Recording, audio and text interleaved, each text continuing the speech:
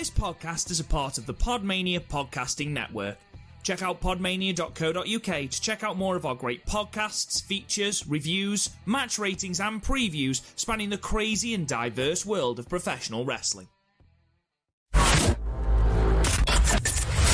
You're listening to the PodMania Pro Wrestling Podcast, a sample of the best pro wrestling podcasts we can produce on our tiny budget. Check us out on Apple Podcasts, Podcast Addict, CastBox, and all other podcast platforms. If it's wrestling you want, check out more of our great content at podmania.co.uk. Let's do this.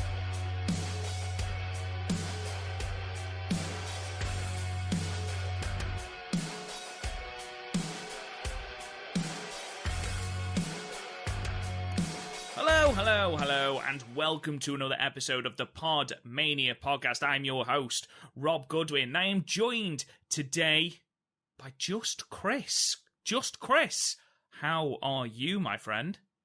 Is it turning into another Just Bailey? It's Just Bailey. You remember that? I do remember. She's just a fan. It's Just Bailey. Like, that's so insulting. Like, it's just Bailey. Like, damn. But I'm sick of Garth being racist in a group chat. What? But I post some lovely Scottish cuisine. Oh, for fuck's sake.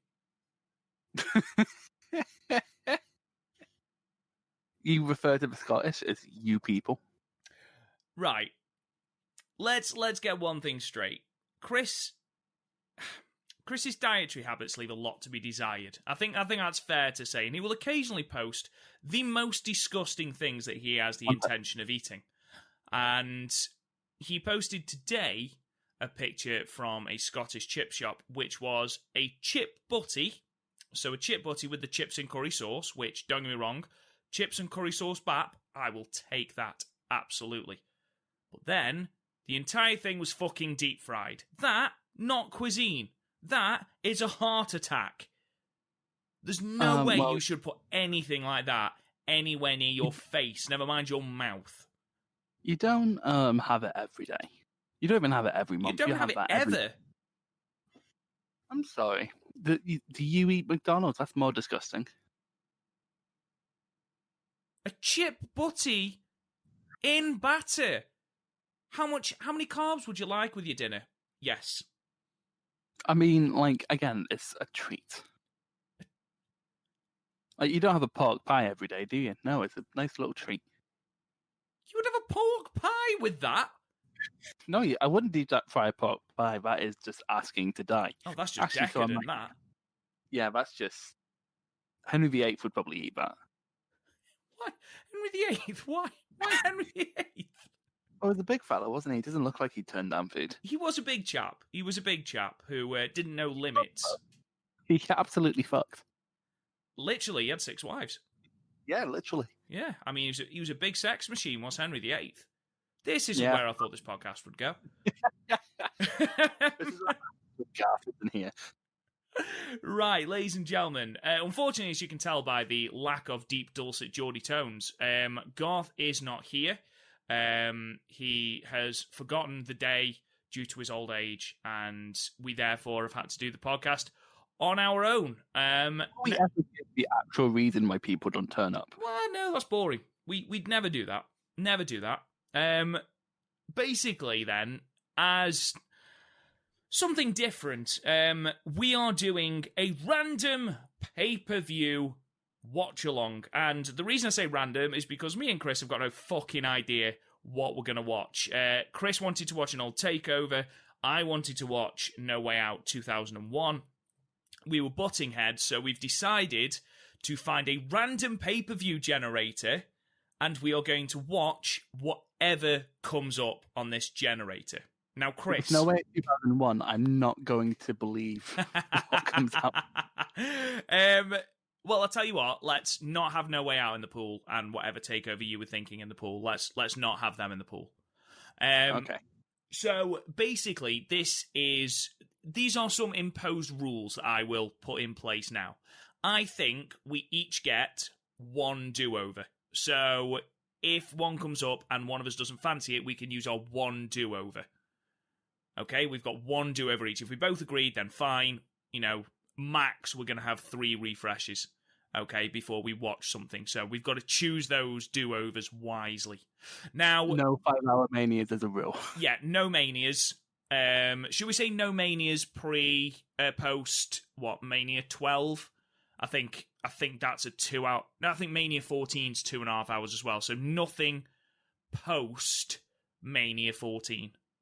Also, can we have no rumbles? I'm sick of rumbles at this point. Absolutely no rumbles. That's absolutely fine. So, the one that I found is actually on Reddit, and I'd love to read out the username of the Reddit person that has put it on, but it is an absolutely baffling sequence of numbers and letters. So, I'll read out some of the stuff on it, and if it's you, thank you very, very much. It's on the squared circle part of Reddit. So basically, it's made up of 4 tabs, Chris. And the 4 tabs are as follows. Spin the wheel, make the deal. Okay? And that is just a show title with the main event and the duration of the show. We've got no idea how good that pay-per-view is. It could be the drizzling shit. It might be the greatest thing we've ever watched. We just don't know. The next one is the whole shebang. Now, the whole shebang has the show title, link, main event, highest rated match on the card, based on the Wrestling Observer, duration of the show, number of matches, and number of 3-star and above matches. So, if we want a more wholesome picture, we'd go to the whole shebang tab. Third tab is the Hall of Pain tab, which isn't what I thought it was. It's for shows where 60% of the matches are 3 stars and above, again from the Wrestling Observer, with at least one being 4.25 stars or above. And the fourth tab is Beat the Clock, and that's for shows which are shorter than average of all the shows included. Basically, if you want to watch something quick. Now, this person has put 649 shows that includes every WWE, WCW, ECW pay-per-view, and every takeover, and every ECW Super Show, and every Clash of Champions, as well as some of the network specials as well. So we could literally end up with fucking anything here, which I'm slightly concerned about. So, Chris, the first thing is, which tab do you want? Spin the wheel, make the deal, the whole shebang, Hall of Pain, or Beat the Clock? Spin the wheel. Just fuck it. Just fuck it, boys. Okay, spin the wheel, make the deal. Are you ready? No. Okay, the first one is King of the Ring 1999. Okay, and that was headlined by Stone Cold Steve Austin and Vince McMahon in a ladder match for control of the company. I'm not fancying it, actually. I'm going to use my veto. You're going to use your veto. Okay, you're still staying on spin the wheel, make the deal? Up to you now. Your turn, I guess. No, we'll stay with that. I agree. Okay.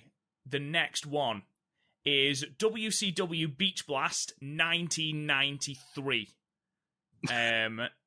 Which might be a touch long, so we'll veto that one. Right. TLC 2013. You know what? I'd be down. It's 2 3/4 hours, headlined by John Cena and Randy Orton for a TLC match to unify the WWE Championships and the WWE World Championship. Before you say yes, okay, should we have a look at what has been randomized on the whole shebang, Hall of Pain, and Beat the Clock, and see which one you fancy out of the 4? Fine, but 2013 is kind of my era. There's a pretty good chance CM Punk will be on the card, so... Yes, quite possibly. Okay, so that was on Spin the Wheel, Make the Deal. The whole shebang is No Mercy 2006, which is headlined by King Booker versus Batista versus Finlay versus Bobby Lashley in a fatal 4-way match for the World Heavyweight Championship. What a main event. There's 5 out of the 7 matches were rated 3 stars plus. Okay? So that's another option. Hall of Pain is Survivor Series 2002. Oh, that's a good one. That is a good one. That is a good one. I'm feeling that. And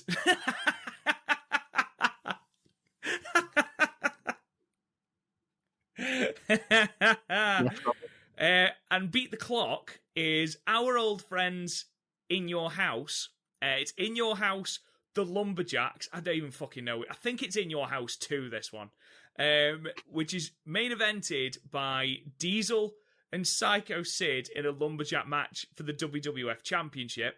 Match of the night is Jeff Jarrett versus Shawn Michaels for the Intercontinental Championship, which got 4.5 stars from the Wrestling Observer, and that's a shade under 2 hours. That's an hour and 55 minutes.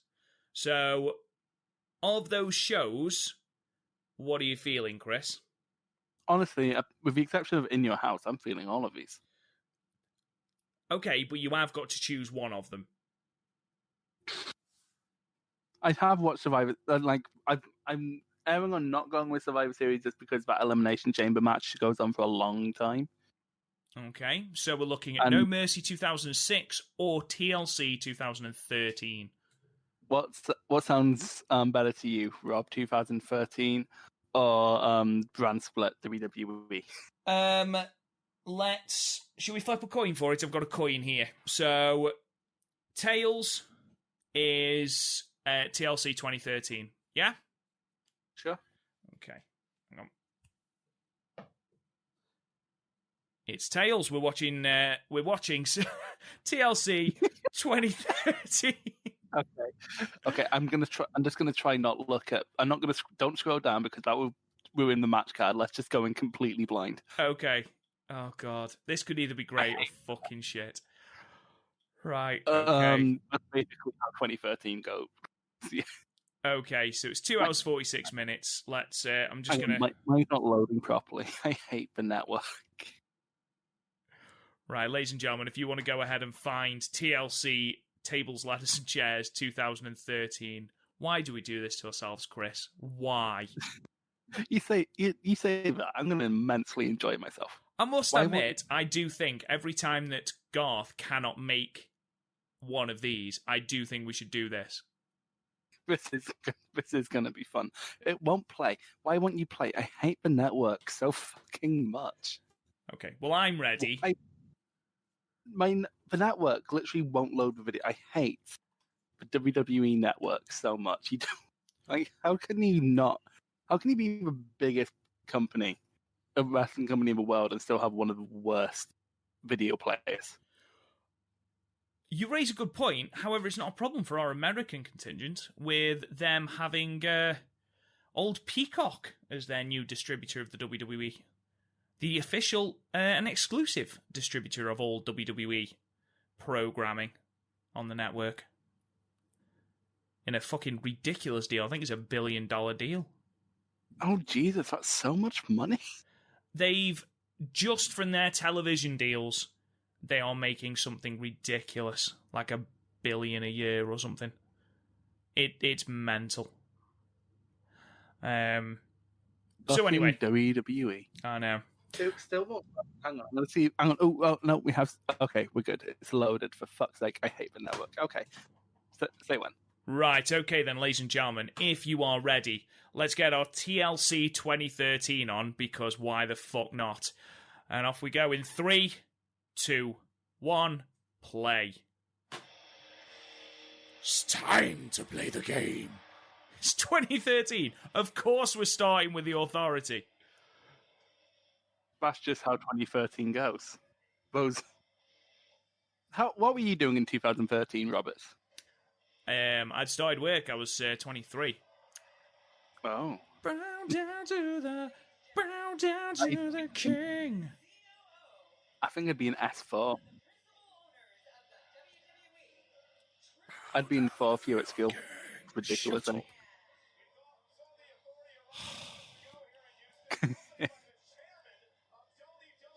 What's your opinions on their attire?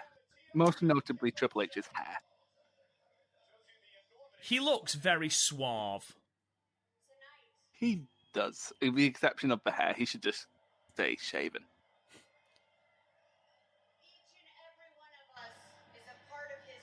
Oh, for God's sake, shut up. You've been talking for 2 minutes, and I already don't care what you are saying, Stephanie. It's not been... The pay-per-view's only a minute in. I mean, to be fair, she's a great heat magnet. Everyone fucking hates her. But World heavyweight champion. She never got comeuppance. That's the thing. No, I get that. And the problem is as well, like, she's so good at getting heat, like, so good. But the only problem is then when they trot her out every time there is anything to do with women, because obviously Stephanie McMahon invented women, every time they trot her out, everyone expects them to just cheer her, and they're not going to, because she is a fucking heel, and a good one. Did you see that thing she tweeted out a few years ago where philanthropy is the future of marketing? Oh, that was years ago. Yeah, I remember that. That's such... Did you see that the 9/11 episode of SmackDown where she compared 9/11 to the drug child? Yes. I have also faced prejudice. Are you really making this about you? You just made 9/11 about yourself. So just a quick question, Chris. The main event of this show is obviously, we know the main event of the show is going to be Randy Orton and John Cena to unify the titles. Yes. The belts are already above the ring.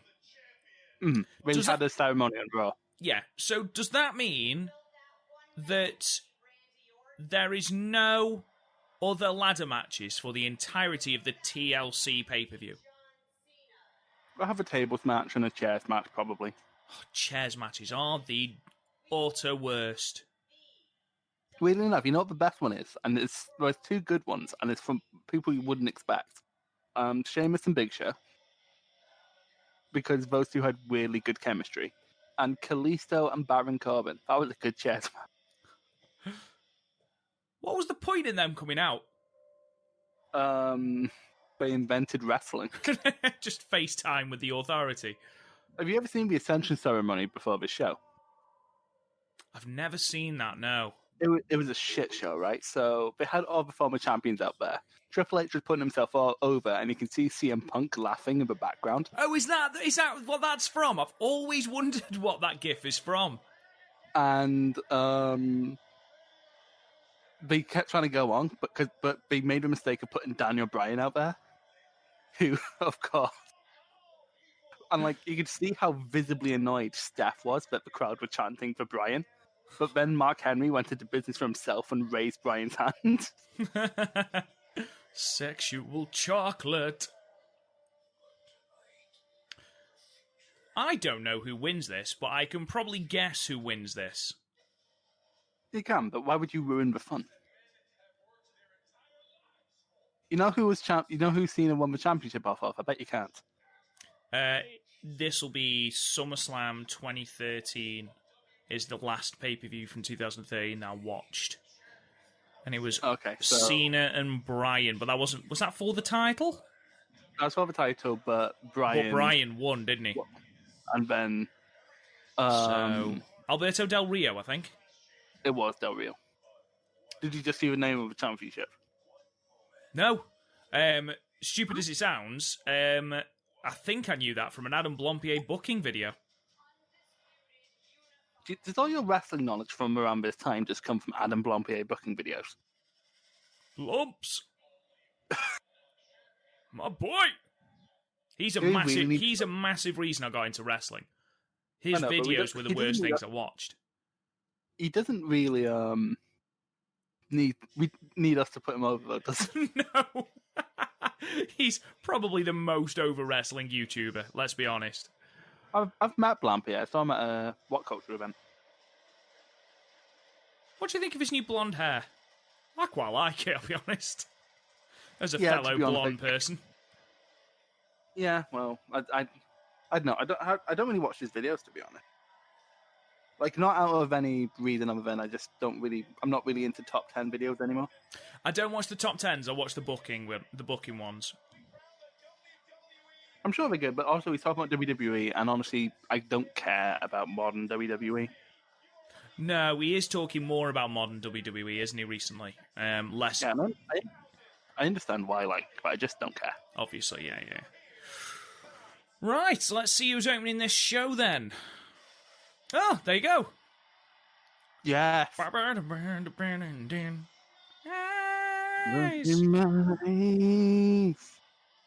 Those it's Wolverine. fucking Wolverine sideburns. This will be his last non-Royal Rumble pay-per-view match, wouldn't it? Yeah, he's out of the company next month. Yeah. Christ, I miss him. Like, despite the fact that Daniel Bryan was easily the most over person at this time, he's still my favourite. He was the shot in the arm that the WWE needed. But somehow they ignored it. Well, let's face it, Chris, they were good at that at the time. It took literally an entire country worth of people to go, yes, yes, yes, because they almost ballsed up WrestleMania 30. Can you imagine, Chris, if WrestleMania 30 had happened and Trips had beaten Daniel Bryan in the first match, Undertaker's streak had been broken, Bray Wyatt beat John Cena, and the main event was Randy Orton versus Batista? It would be the worst WrestleMania ever. So what do you think of CM Punk's look here? He looks like a man that's given up hope. Well, to be fair, he never looked like he had hope at any point in his WWE career. Fucking hell, what a spear that was! Take notes, Edge. I forgot this is Peak Shield as well. Mm-hmm.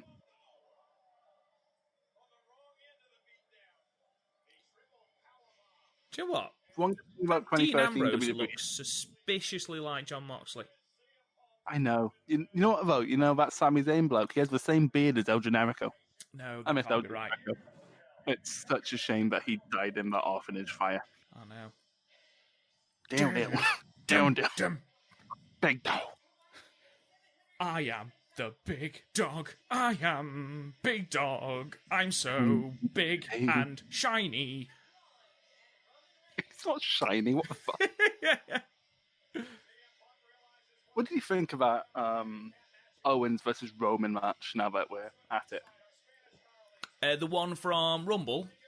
Mm-hmm. I loved it up until the end. Ricardo. Hey. Hello. Early in the year, he was with RVD for reasons that were never adequately explained. Hashtag WWE. I bet you RVD gave him a massive spliff. Are we in the era? Sorry, this has just dawned on me. We're not in the era of the Raw general manager, are we?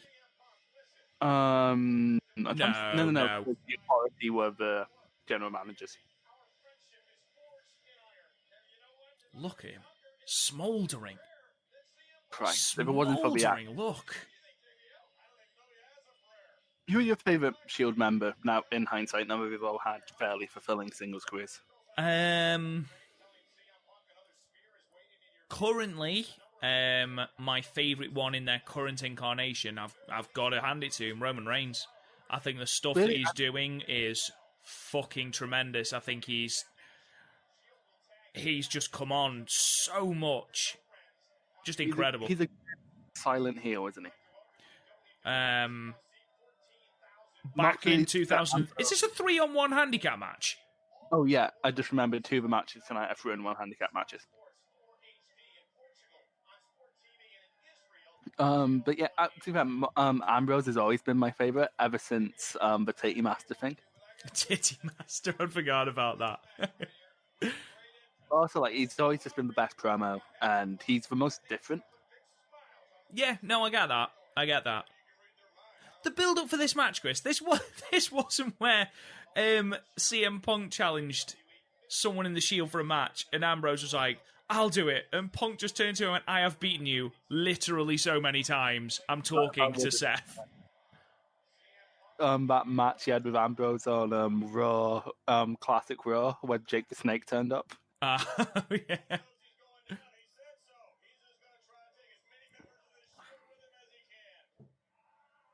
Oh, shut up, JBL. JBL just says things for the sake of saying things, doesn't he? He's Kevin Kelly. Leave Kevin Kelly alone. What's wrong with you? And you know what it was that really snapped me this time, and Kevin Kelly snapped me a lot. It was Cobb versus Shingo. ago at Wrestle Kingdom, and Chris Charlton's talking about an interview he had, and then so he's talking about like actual sources, and then Kevin Kelly's like, "Well, I heard through the grapevine, but that's not the case." It's like, shut up, Kevin Kelly. The story is literally being told. Stop interrupting with your fan fiction bullshit.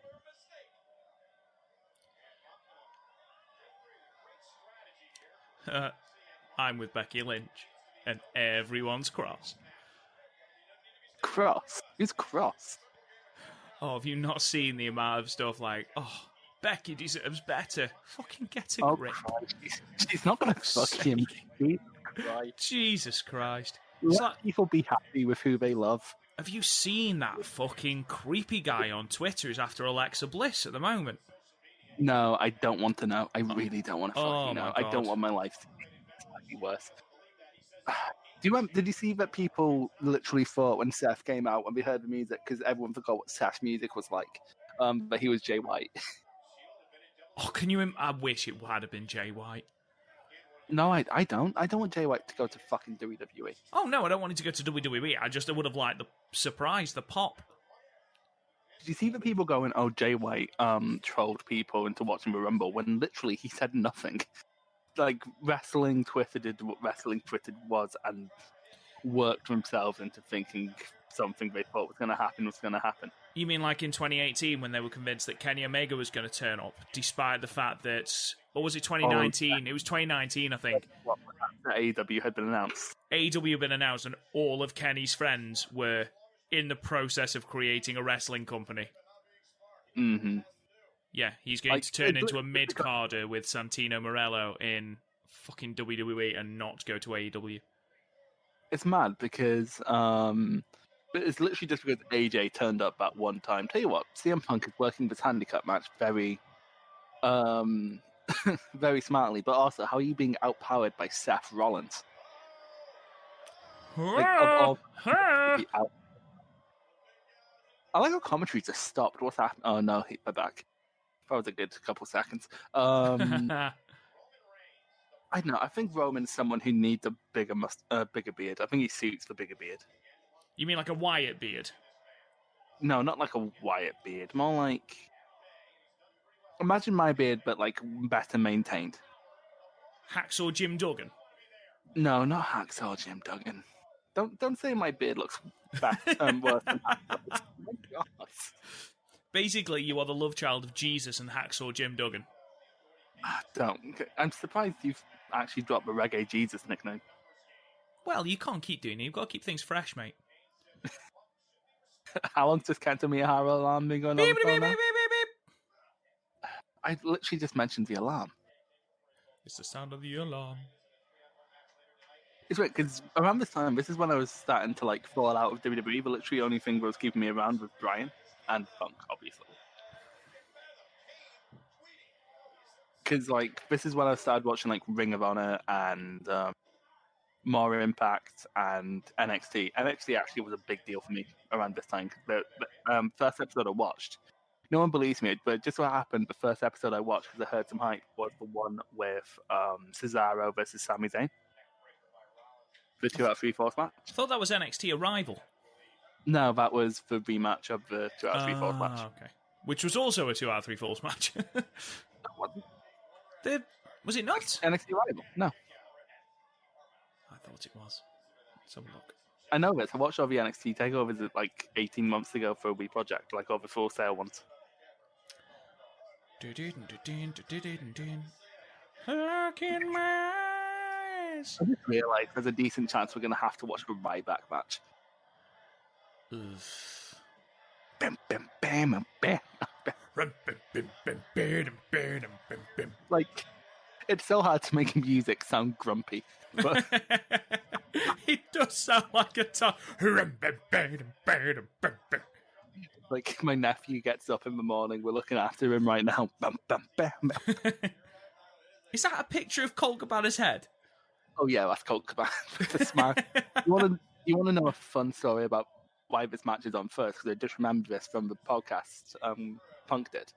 Go on. He had a wedding he had to go to, and he told WWE months in advance, it's like, I know TLC's on that day, but don't book me on that show. Write me off TV for might like injure me on TV or something because I'm going to this wedding.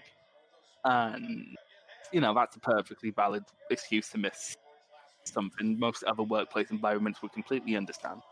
WWE forgot, and he was pissed about it, and he was like, all right, put me on first, and I am taking Vince's private jet so I can make it to the wedding.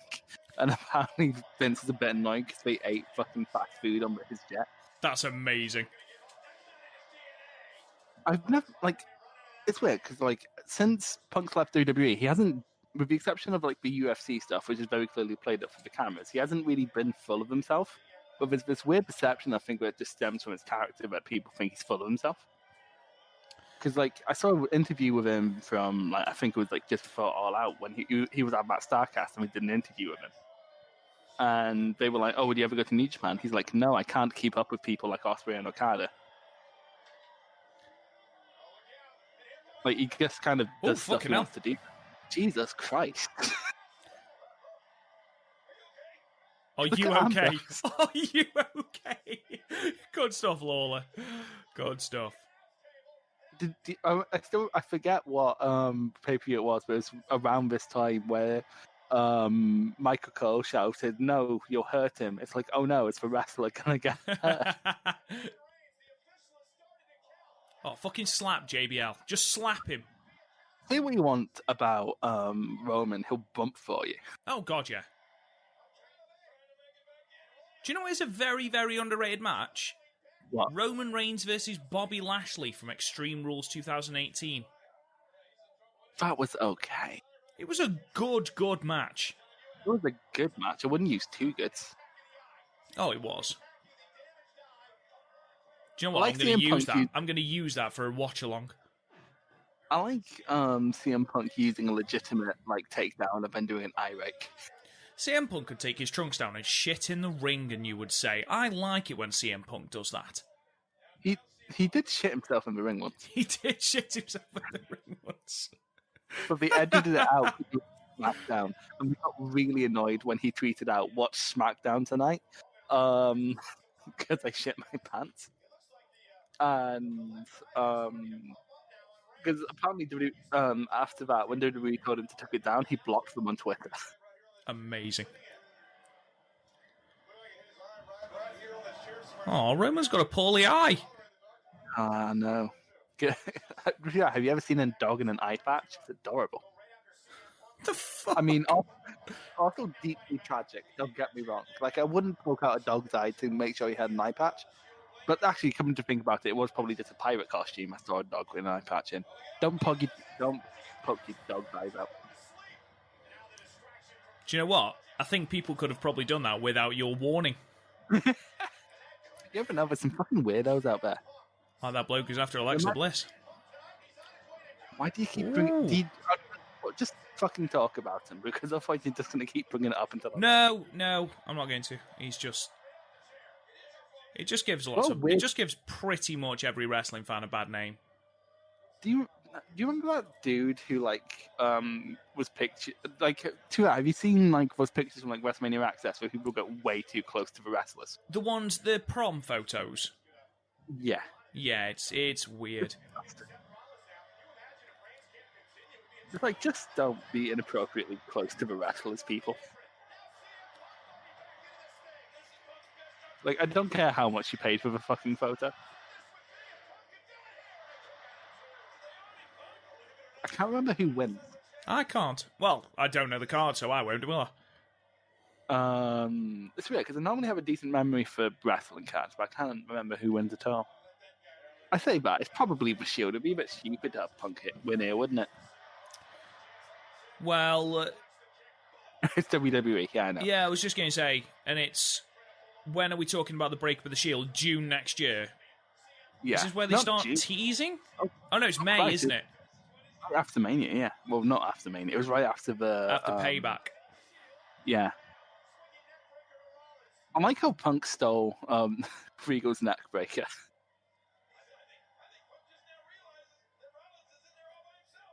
Because if you look at Punk, he doesn't have any moves he made himself. He just steals everyone else's moves. He does. Like, he uses the Shining Wizard. Half of his offense is fucking Kenta. Don't forget the Macho Man elbow. Look at this. Yeah, but to be fair, that was Look like at the this. obvious. Oh no, I match. thought it was the elbow. Ricky Steamboat's crossbody. Yeah. Tenzan's Anaconda Vice.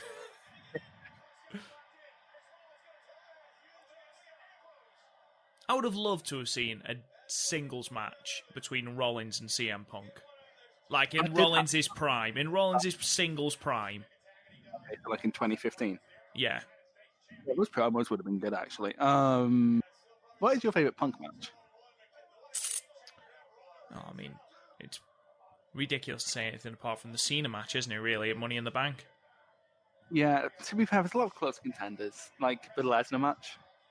The Lesnar match at SummerSlam is very, very, very good, I must admit. I watched that over Christmas.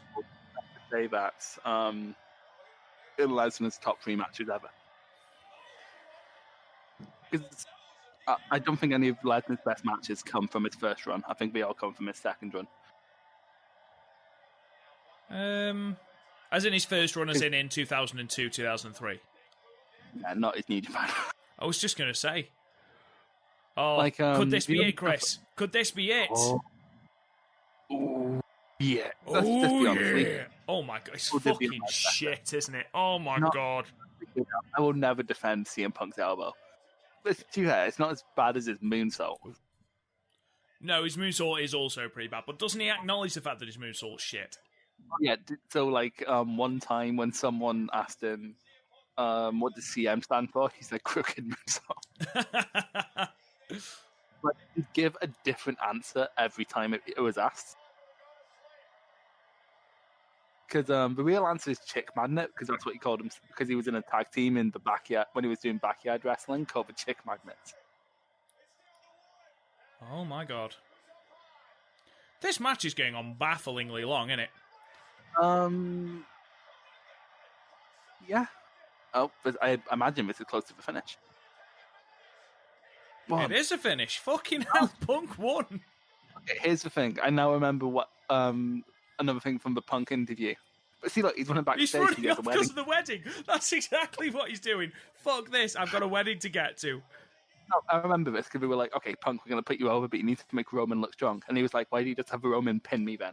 He was like, no, you're going over, but make Roman look strong. And the reason they're making sure Punk looks good is because he's facing Triple H at fucking Mania. Look at his eye. Fucking hell. Yeah, I think Punk actually got his eye. Do you know who the original Shield was meant to be? Because Roman wasn't meant to be in it. Yes, it was... Oh. It was Ambrose, Rollins, and Cassius Ohno. That's right. Because, of course, Punk had faced Ohno a lot in the Indies. And then WWE were like, no, you're having Roman. And he was like, fine, I can't be asked. Have you heard what Roman got in trouble for in his early days? Like, he called... Because he didn't... Is a case of he didn't know what journeyman meant. So he just thought it meant well-travelled. So he called both Dean and Seth journeyman. That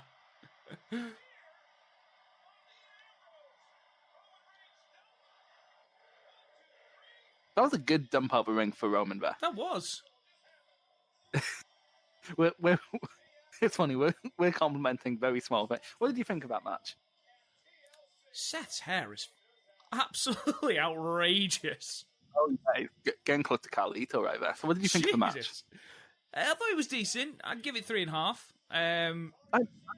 Like, honestly, that was as good as you were going to get out of that stipulation. Like, he did manage to beat the Shield without actually making them look weak. Oh, AJ Lee's on the card as well. I bet she's next because she also needs to go to the wedding. What would you give that match then, Chris? 3.25, maybe 3. Okay. I think it was impossible to make that a classic. Yeah, of course, with the stipulation. I'm always amazed about how white Americans' teeth are. Maybe they just look after them better than we do. I mean, they probably do. Like, my teeth definitely belong in the big book of fucking British smiles.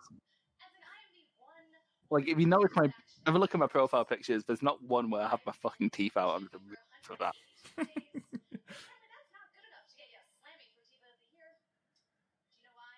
It's really annoying me that AJ Lee has got a piece of hair in the corner of her mouth. That's such a... Do you think that's annoying for you? Imagine how annoying it is for her. Have you ever seen the pipe bomb she cut on the Total Diva? Calling them more it was fucking incredible. The one about talent not being sexually transmitted. Fucking that was one brilliant. Next year. AJ was just a great promo. The problem is, we don't know how good she actually was in ring because she never got the chance to showcase it. No. But she seems like someone who did that because I really want an AJ Lee run somewhere just for the promos. But like, she clearly doesn't want to do wrestling anymore, which makes sense. You're right as well. It's next. Because CM Punk's fucking sitting in the jet right now looking at his fucking... Oh my god, Bret Hart!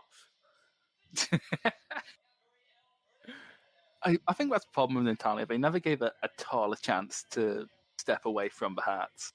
I was talking about this with Garth when we did the Royal Rumble watch-along. And the problem was with Natalia, they never went, whenever they went with her, like for a title run or anything, they never went completely with her. Like, they'd give her the fart gimmick, the cat gimmick. You remember when she was captain of Elimination, was it Elimination Chamber or Survivor Series 2016? They gave her a fucking whistle. They just give her all these completely ridiculous gimmicks that you're never going to get over with. I think we try to overcompensate because she's not very charismatic, but also, like, she's a Hart. None of them... Like, Owen Hart's the one charismatic Hart.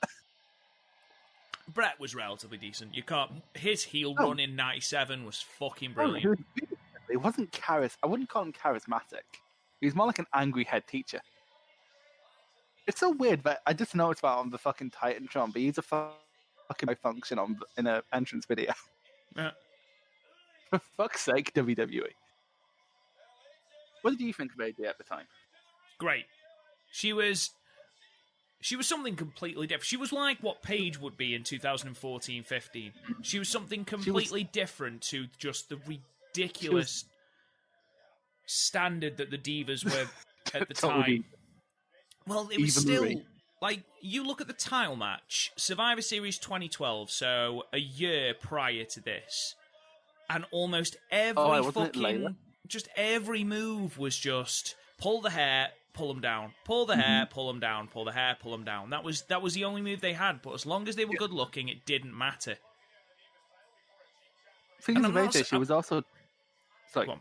No, please, go on. Also, she was easily top 5 promos in the company. She was top 5 promos in the company, easily. Like, the only people really beating her are, I would say, Punk, Cena. That might be the only people beating her. No, Wyatt. Wyatt was up. Wyatt was on Is she better than Wyatt? Wyatt doesn't... But does Wyatt say anything? He just says words. Like, as long as you're saying that southern drawl, it doesn't matter. And I talked to for an hour in the middle of a night, man. It read me bedtime stories. Fucking hell, where did this come from? From Natty? Jesus. She's a heart, man.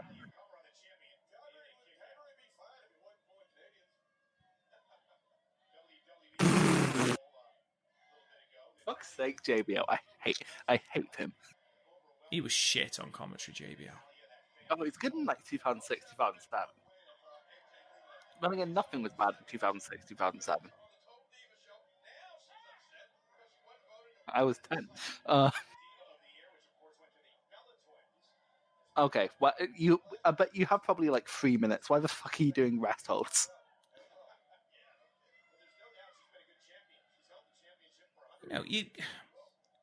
This time was all like, fucking hell. This time was all like, like I said before, how the Divas looked. And if, they didn't consider you good looking, you weren't getting pushed.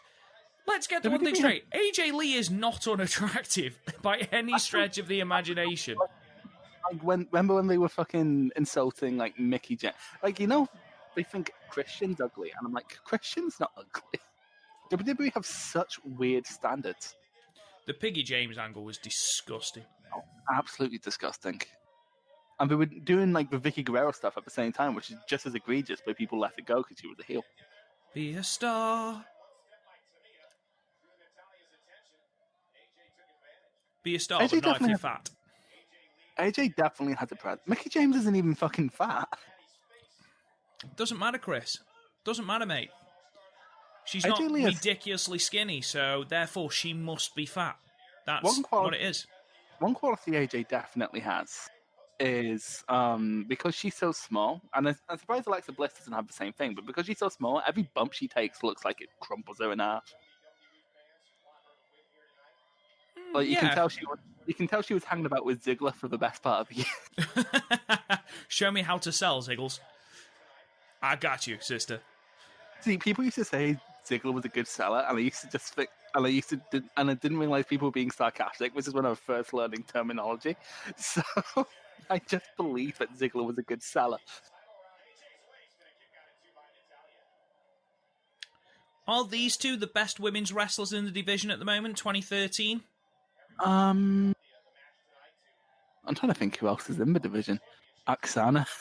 Yeah, exactly. Well, there's no Paige. There's no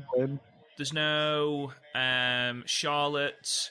Charlotte's in NXT, and Charlotte's nowhere near as good as 2015. she is now. No, so you're looking at 2015 before the NXT call-ups. No Sasha. Mm-hmm. And you're looking at mid 2014 before we got good. Exactly. They probably are, to be honest. Naomi was athletic, but she's a bit like Shelton Benjamin or maybe even Joey Janela, where they're decently athletic, but they're not good wrestlers. I'll say that. Putting Shelton in there is probably a bit fucking harsh. Because he's a good wrestler, just that's not his biggest strength. I think the problem AJ would have nowadays is that everyone on the roster is so jacked that she'd look so tiny and Vince would just overlook her. Oh, she's so good. Who, AJ or Natalia? AJ. To be fair, they're having a decent little match. They here. are having a good match, to be fair. Much better than I expected. This is going much longer than I expected. I genuinely didn't think they'd get as long as this. No, and like, come on, AJ, you have a wedding to get to. Do you reckon she's wrestling in her wedding makeup? That's just what she's going to the wedding in. It's a themed wedding. Wrestler themed. I mean, no, more. I listened to Blink 182 one time, and that's my whole personality. So I dress. Massive Blink. It's massive Blink 182 stand me, mate. Massive. Yeah. Like I've seen your hair. You so clearly want to be Tom DeLonge. It's ridiculous. There's worse people to want to be. Yeah, you could want to be. I'm trying to think of a really bad pop punk band. Chad Kroger. He's not pop punk, but you know, Who's same that? era. Chad Kroger. I love Nickelback. I've been to see him twice. Of course, you fucking love Nickelback. Can't go wrong with Nickelback, mate. I know, but they don't photograph well.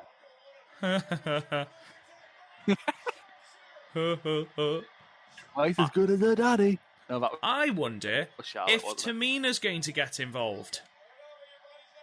it? Tamina's just looking at a watch. He knows when the plane takes off.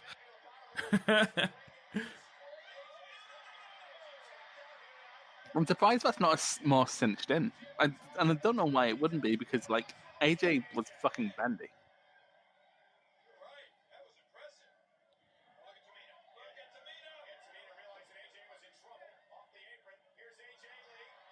AJ's basically something like an... honestly, I wish I had more to gauge how good AJ would be in, like, current American women's wrestling. Ooh. This has been a really, really good match. I've enjoyed this. It is a decent... Oh, discus clothesline. She didn't do it very well. No, she didn't. It was very tame. That's the thing, with a discus lariat, you need to fucking throw that. Like some of the ones Brody Lee used to throw, that's what you need to fucking do. Oh, I like it. Do you know what? I like that finish. That was lovely. And she's running off because she has a wedding. Because she's got a wedding. Come on, the plane. That's what Tamina's saying to her. Come on, you've got to go. It'd be really awkward if one of them got a concussion and one of these smacked. That was much better than I expected. As in, like, it was an actual match. Tamina looks like she would kick your fucking arse. She's got her arm, AJ. Like, on her, like, just below her elbow. That was brilliant. I really, really enjoyed that. Far better than I anticipated. Like, that's where rating it becomes hard, because you don't know, like, if you actually liked it as much as you're rating it, or if you would just... AJ Lee strikes me as someone who'd be smart, but not, like, taking crazy bumps. Like, she strikes me as she'd be, like, obviously nowhere near as good, because no one's as good as him, but like a Jay White figure. It's amazing. Oh, sorry, it's amazing to me that she's been champion for as long as she has, and we're still saddling her with that shit theme. It's fucking catchy though. Light it I up. know. I'd give that 3.5. 3.5. That's a bit. I'd give that a 3. It was a very solid match. Looks like we're giving it 3.25 then, doesn't it? Bruno Sammartino, from one champion to another. Good luck tonight. Bruno Sammartino doesn't have fucking Twitter. But he does. Look, it's on the screen. Though to be fair, it could have been worse. It could have been Tout. That was the year before this. Yeah, I was just going to say, this is post-Tout. Only just. They took a long time to...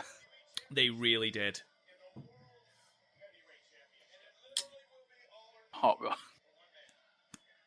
I'm trying to see who has the markiest shirt in the crowd. No, because we're going to get another video package for the main event. Bob Backlund, Buddy Rogers, Bret Hart, Garth marking out somewhere.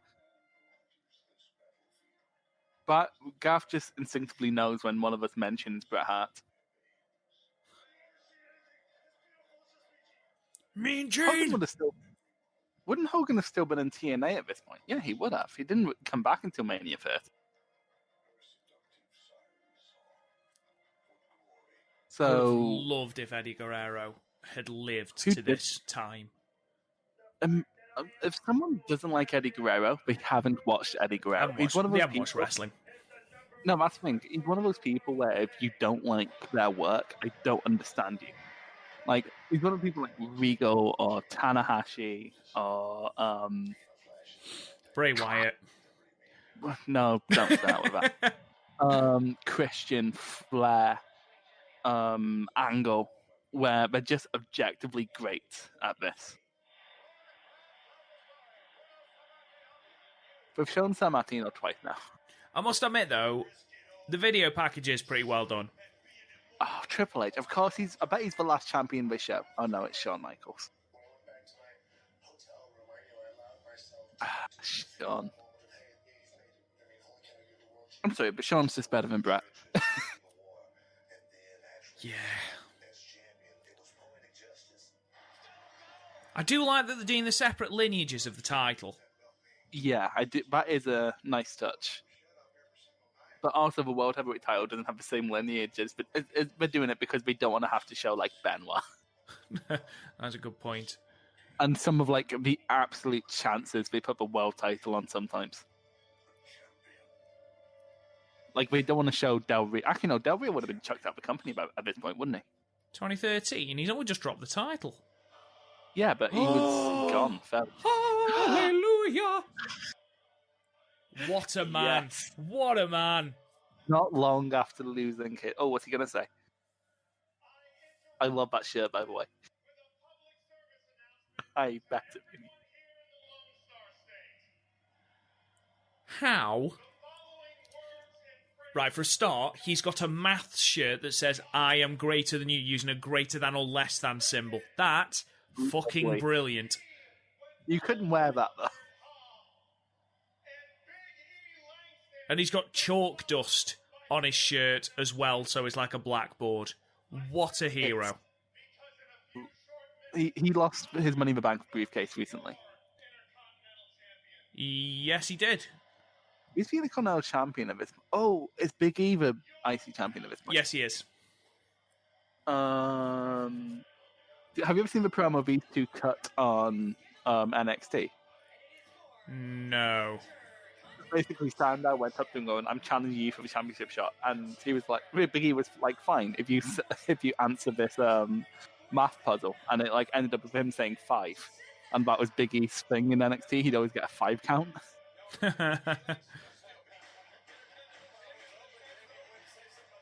Enough, man. I need 5. Does that mean we're going to see Bray on this card? He would be on this. He should be on this card. I don't see why he wouldn't be. I don't know who he was feuding with at this point. This is basically PWG Mystery Vortex to us. Or like a Progress unboxing show. That's just such a good Intercontinental title design.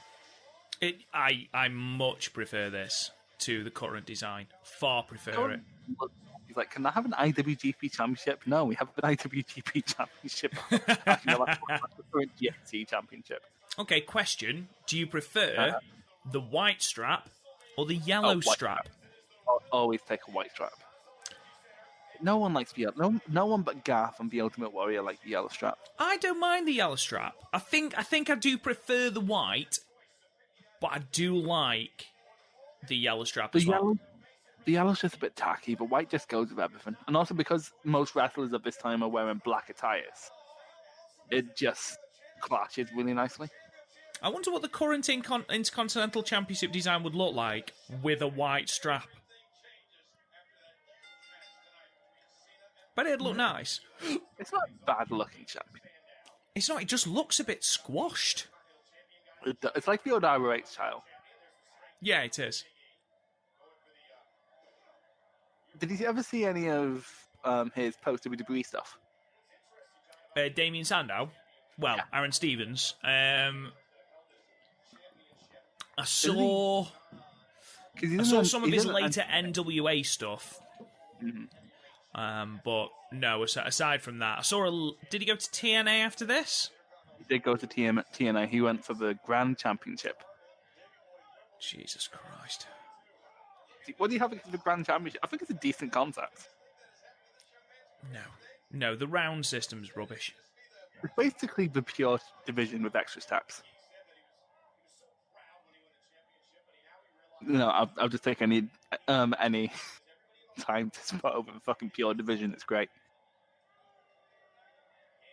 You're just happy it doesn't go 35 minutes. And same actually, and I am, and also the fact that I get to see Gresham very often. Light it up. Is that still stuck in your head? It's still stuck in my head now. Yeah, I'm not gonna be able to sleep tonight because I'm just gonna be singing "Light it up, yeah, yeah, yeah, light it up."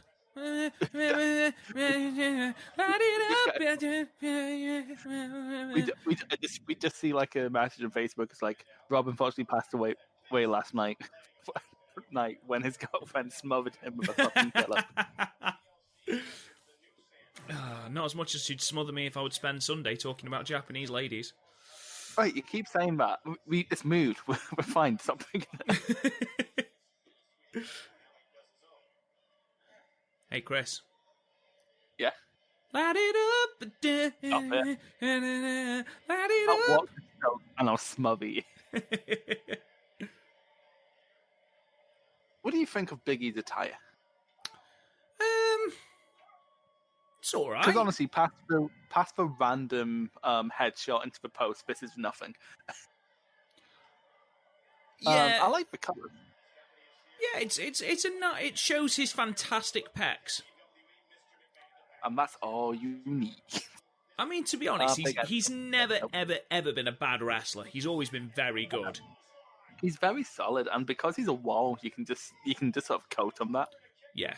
Like, you should just be doing strong style lariats all match. I'd be happy. He sounds like he's an absolute sweetheart as well. Oh, Big E? Yeah. Have you ever seen that clip of, like, Paige playing, using his... Yes, I have. using his CD for a bongo? It's great. And then there's a fucking... there's a comment on that video, if you scroll down, I still remember it. It's like, oh, this is what happens when we let women believe in feminism. It's like, damn, dude. They're clearly mates having a laugh. Jesus Christ. You brought the mood down, man.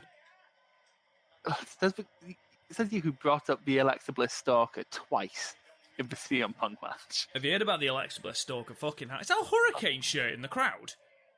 Right, so that's the current contender for markiest shirt of the night. Oh, and it's lime green as well. That's incredible. I want that shirt. Of course, you fucking... I want a Carlito shirt after the Rumble. Just for one with the apple on it. Him and Shinsuke Nakamura, that was great. Yeah, because Carlito's so striking, every kid my age had a Carlito figure, and it's because their grands kept buying them because they were just so striking. It's like, oh, what wrestler is like? I don't know, but pick the most outrageous one. And if there isn't a Rey Mysterio on the shelf, it's going to be Carlito. Asda, it's weird because Asda was always behind in getting figures. So ended up in like 2008 getting a Rene Dupree from a birthday. It was weird. Oh, Rene Dupree. In 2008, I had no fucking clue who Rene Dupree was. What is a Rene Dupree? What is Rene Dupree?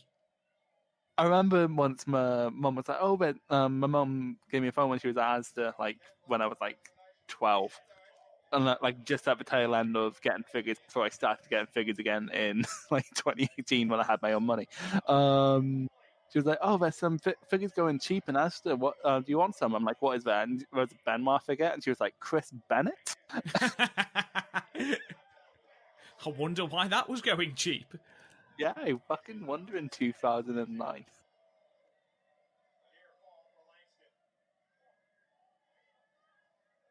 This match is dragging a bit for what it's meant to be. Well, you know, as good as Sandow was, he was never the greatest in ring. He was always okay, but he needed someone better in the ring to help him. He's counted out of the big ending the same way 3 times. Painting him as intelligent. Well, it keeps working, so why would you stop? He is Jay White. Fuck off. Oh, that was 4 times. Oh, fucking that should have been the finish. Jesus. Lad. Big strong boy. Big strong boy. Biggie, biggie, big, biggie, big, biggie, biggie, big. See, this is before fucking European chants overtook wrestling. Which, quite frankly, I fucking love British wrestling chants. Big ending.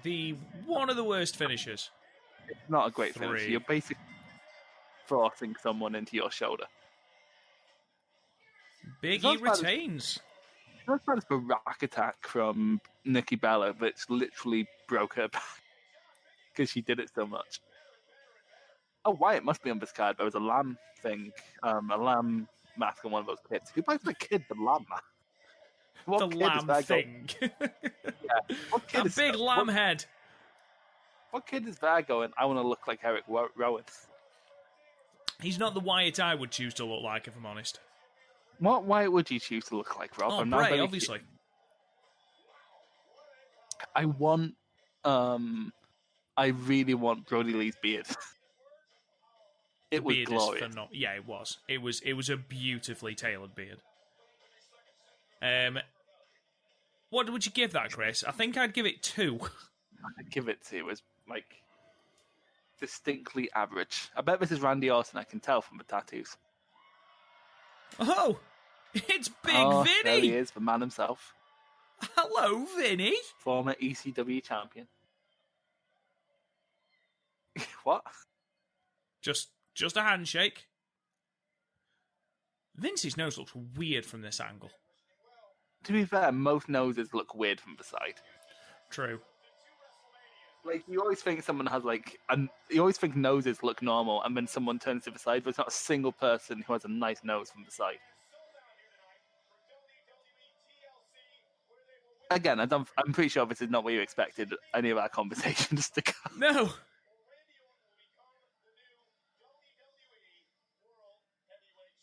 Just think, Rob, we could have been watching the SmackDown 6 on Survivor Series. We could have been. We could have been watching the Elimination Chamber match, but no, Chris has seen that recently.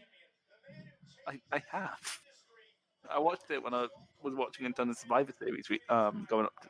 Well, not a ton. I watched a Survivor Series, and it was that one, because it's my favourite Survivor Series. Ah, Christ, look at JBL. That's such a fake smile. It's because he's actually Googling naked muscly ladies. Oh, Christ, that was hilarious. And he took it down, the coward. The coward. Oh, it's Santa Foley! Oh, I love Santa Foley. Hello, Josh Matthews! Like, I love Mick Foley and Booker T so much, but it's counteracting my hatred of Josh Matthews. 5 times, 5 times, 5 times! You know what, Booker T was objectively bad on commentary, but it was fucking hilarious. Booker T was great because he offered something completely different to the rest of the commentary. All the commentary merges into one at the moment. Apart from Booker, I just love. He comes out, and he was like, "What was it?" It was like, "Oh, what are they calling her now? Cracked salt and cracked black pepper."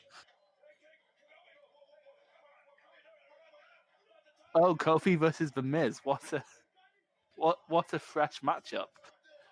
I love when The Miz's hair comes out of the slick back thing, and it just turns out that he's got really bad curtains. He does have really bad curtains. Good IPA.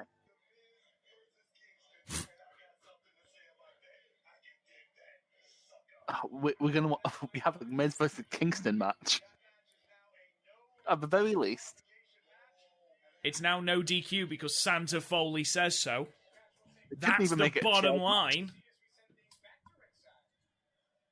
I miss Foley. Foley's great. It's Swagger. Swagger! I love this theme. I know he's like racist, but his theme's great. Don't tread on me.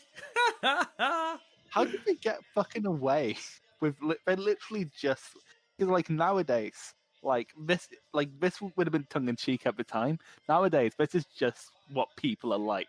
Like at the time of recording, we are a month removed from the storming of the Capitol building. We, the people. How did we get Cesaro in the Real Americans? Your guess is as good as mine. Cesaro was getting over at the time. He was against Sami Zayn in NXT. He had. This is a fucking great entrance. The fuck is this entrance, man? This is amazing. Oh, that Cody Rhodes is always good. I wonder what happened to him. Like, it's not even funny when he just has the same name. Like, at least try. Like, Matt Goldust is good. I wonder what he's doing nowadays. See, that would have worked. Yeah, but he's not Cody Rhodes. He's Cody. Come on, man. No, he's Cody Rhodes again. Oh, for fuck's sake. He got his name back.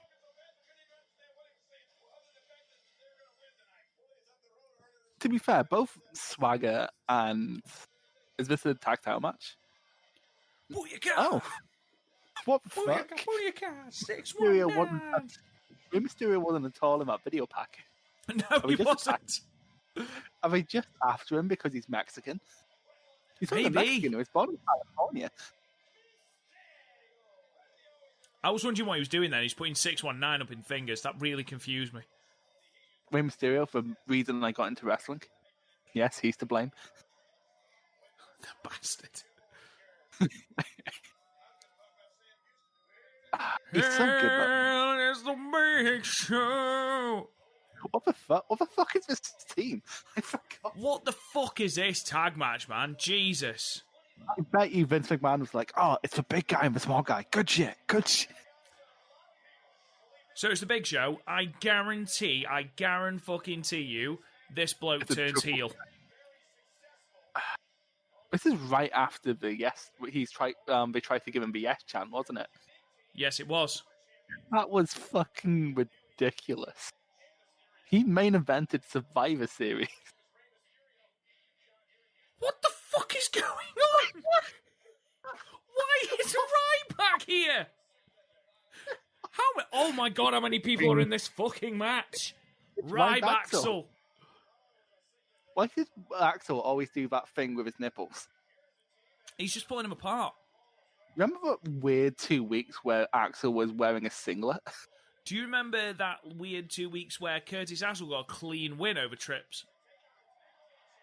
No, he didn't get a clean win. There was a count out. Oh, was it count out? I thought it was a clean win. No, not a count out. He was undefeated for a while, but he didn't get any clean wins. Still in the Rumble. He is technically still in the Rumble.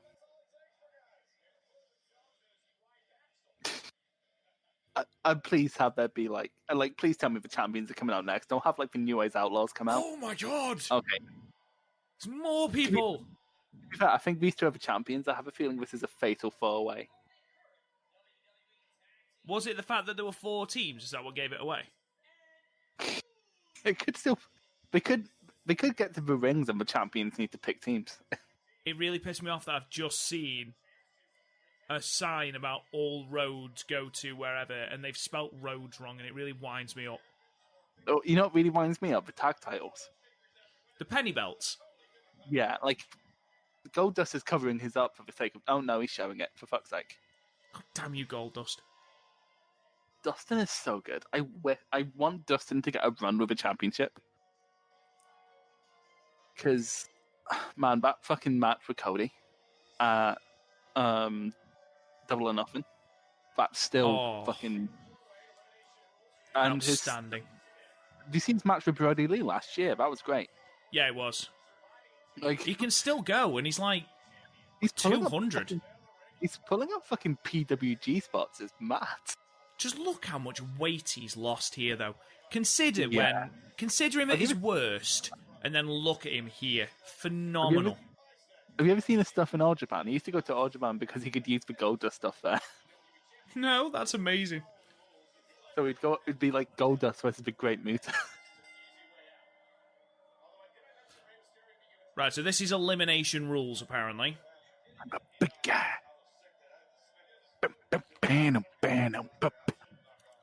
Heed me more. Heed me more. What's the best theme here? Because this is a pretty decent ring for themes, isn't it? Well, it's not a decent. It's not a decent one for in-ring action. We've got the Big Show. We've got Ryback, Curtis Axel. Big Show could go. Not in 2013, mate. But I don't think anyone here has a bad theme. The Big Show's isn't great. But are you kidding me? Whoa! I want Big Show's theme, but have it as a slow sex jam. Well, it's the Big Show. Get a fucking BB King guitar solo on that shit. Tell me you don't want that. I want more references to BB King on our podcasts. I know, he's fucking class, isn't he? Fucking... Oh, he's great. Oh, Christ. Such a talent. And he kept going right up until the end as well. He's playing gigs until... He died in his 90s, didn't he? BB King? Yeah. He died old. I can't remember the exact age, but he was playing up pretty much up till the moment of his death. Which is... the year of his death, should I say. I kind of wish he kind of just died on stage. That seems so fitting for him. You wish he died on stage? No, but okay, no, that sounds bad. I don't think that captures my intentions at all. BB King. BB King died in 2015, born in 1925. So 25, 35, 45, 55, 65, 75, 85, 95, 05, 15, 90. Yeah, he was 90. Are you sitting there judging me because I had to count? That's what I do, to be fair.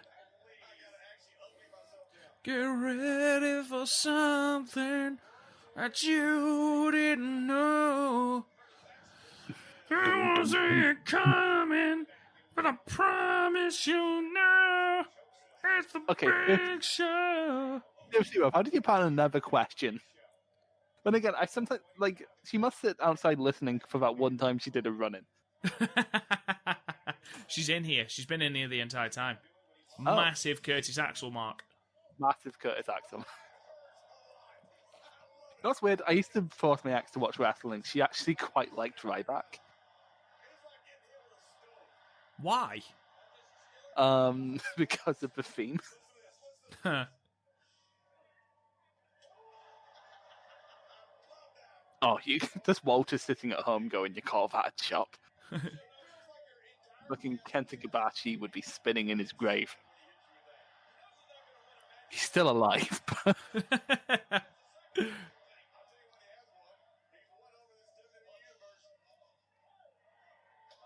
Oh, fucking hell! That one sounded stiffer. That was a bad one. Oh, Cesaro is even not marking out. I love the fact that they are still trying now to get the big show over. If he's not over now and he debuted in 1999, he ain't getting over. Has he ever been over? His theme's over.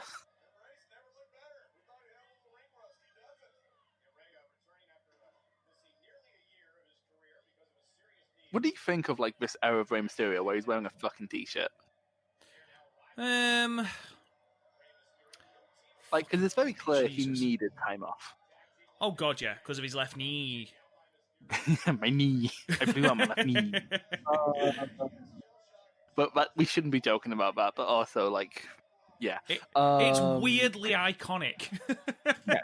Everyone knows you shouldn't try this at home. I've had so many surgeries on my left knee. Rey Mysterio isn't very popular in Scotland because he was booked for ICW Fear and Loathing, right? He didn't like, you know how like the dumb thing when you advertise, like even in like music, if you're done for a gig, you advertise that shit. Like you're there to push sales, so help push sales. He didn't even mention he was on the card until like 2 days before, and so people didn't like him for that. Also, he didn't like even send in like a cell phone promo. So like, and then when he turned up, he didn't. Remember, like, have you seen? Remember All In when he didn't come out for like a minute and a half after his music started? Yes. When they showed up in ICW, his theme played to its finale, and then he came out when the theme started playing. God. Like, and then afterwards, because and like the Hydra, they were chanting for Kenny Williams because that's who he was against, and it was like 619 versus 0141, which is great. But so of course Mysterio was getting booed, and he went on fucking social media afterwards going, "Oh, thanks Scotland for booing me." It's like, you little bitch. I still love him. One of the greatest wrestlers of all time. Yeah, but what a little bitch. Garth could take him. My podcast dad could beat up your podcast. Bye, Ryback. Christ, Goldust was so good that it made me forget that Ryback was a bad wrestler. It's amazing how committed Goldust was to wrestling. Like, he was going to get... He was going to get tits, wasn't he? Yeah, he was going to get... He was going to get some massive tits. I'm very curious about how that would have went and how many people he would have turned. I didn't want to fuck Goldust, but now he has to... I didn't want to fuck Goldust. Fucking hell, he's attractive. I mean, like... Although, you know what the biggest missed opportunity with Goldust was when he went to TNA? They should have kept him as Goldust but called him Oscar.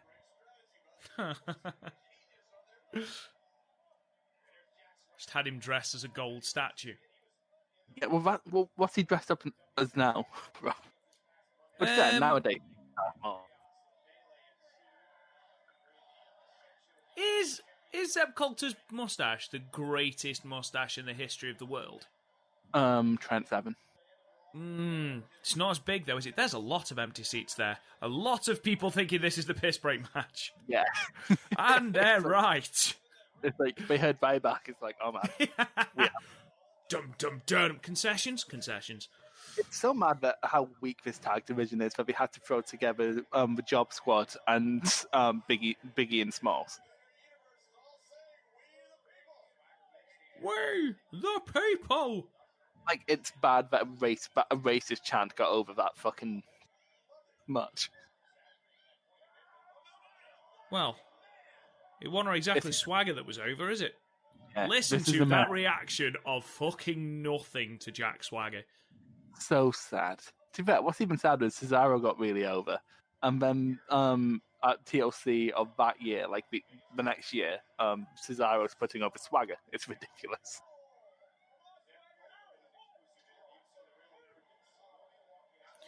Light it He's so up. Light it up. Bam. Oh, fuck, here we go, Cesaro shit. Cesaro, you're so strong. So strong. Manhandle me, daddy.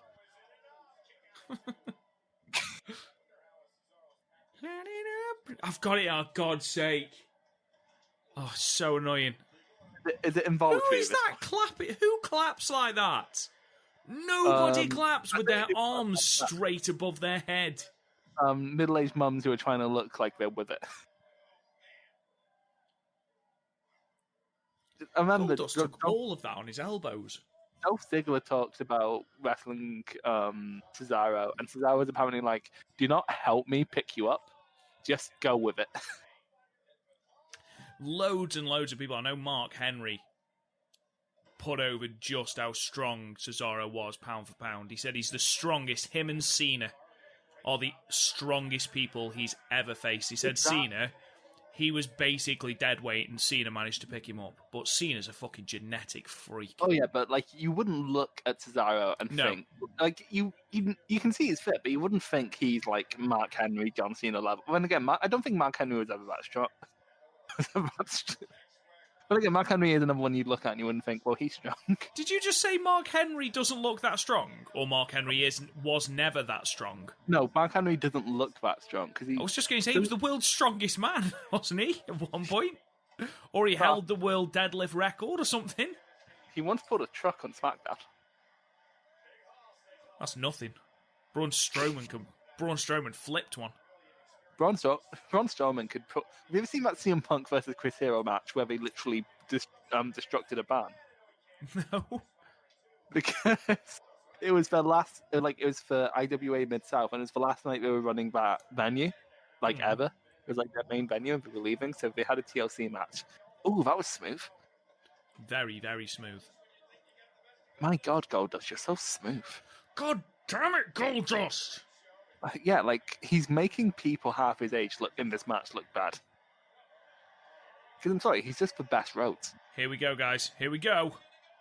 It's the Cesaro Swing! Did you ever see him do it in Kali? I didn't, but that's also very, very, very impressive. It's so impressive. Like, it's ridiculous. And you know what? They had him do it on Main Event. Fucking Main Event. Oh, that was lovely. This was before Cody got really good. I say really good. He's never been really good, but it's before he got good. I'm still mad at Cody. I'm still mad at Cody for his New Japan run, can you tell? Yeah, a little bit, mate. You have got a little bit of prejudice against him. Just a smidge. But to be fair, like, if something's really good, I can look past it. Like, I look past it for the Dustin match. I look past it for that Omega match he had, which was really good. He had a decent Ibushi match at one point. That's about it. Actually, no, his Darby stuff is really good. But that's basically because Darby's just killing himself while Cody stands back.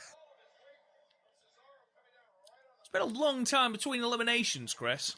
I know. But, like, it's so weird that basically the only match that was timed properly on this show was the fucking women's match. Yeah, because even Punk versus The Shield went longer than it probably should have done. Yeah, how long did that go? Oh, Code Red! Code Gold. Code Gold. Gold Red. Nah, it doesn't quite work. I mean, he was gold and now he's red. That is true. Works on that level, I suppose. It's meta.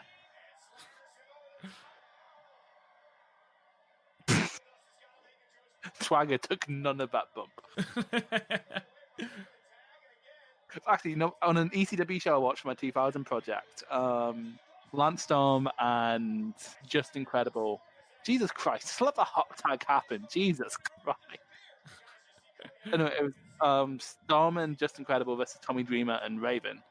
And Lance Storm took a table bump, but he went through the table with his knees because he wasn't going to take the bump. Jesus.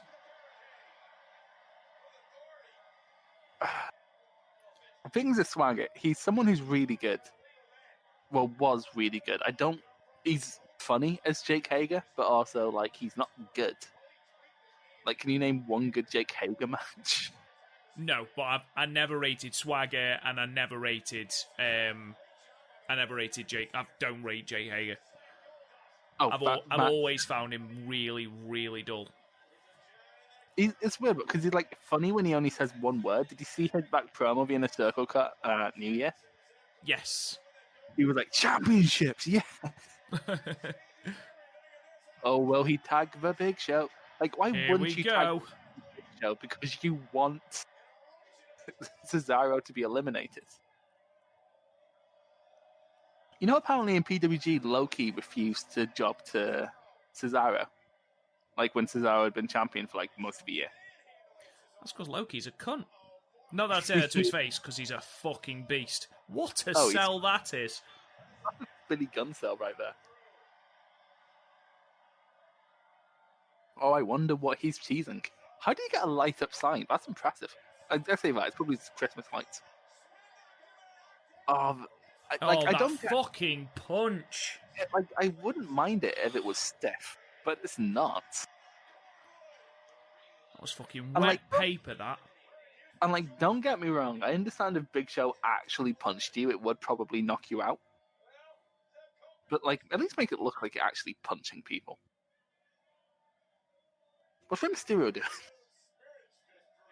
He hasn't done a lot, I'll be fair. He can't. His knees. We're going to hell, aren't we? Yes, 100%.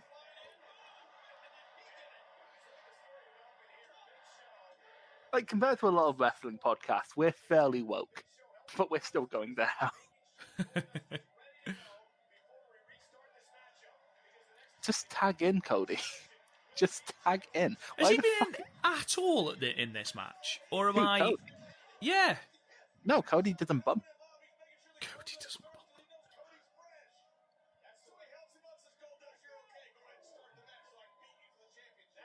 Oh, no.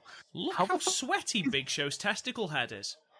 How the fuck is Big Show struggling to pick people up? It's a very good question. He weighs like, 4 billion pounds. I know. He could probably stamp a hole in my bedroom floor just by stamping. That is how stamping a hole normally works, but... 100% yes. I think Goldust looks better when his attire is predominantly black, which is weird considering how Black Rain looks.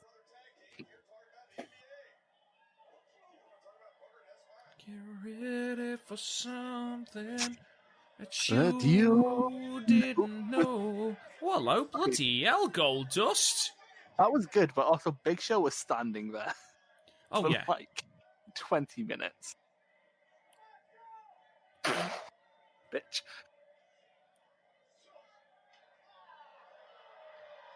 You know what's coming, Chris.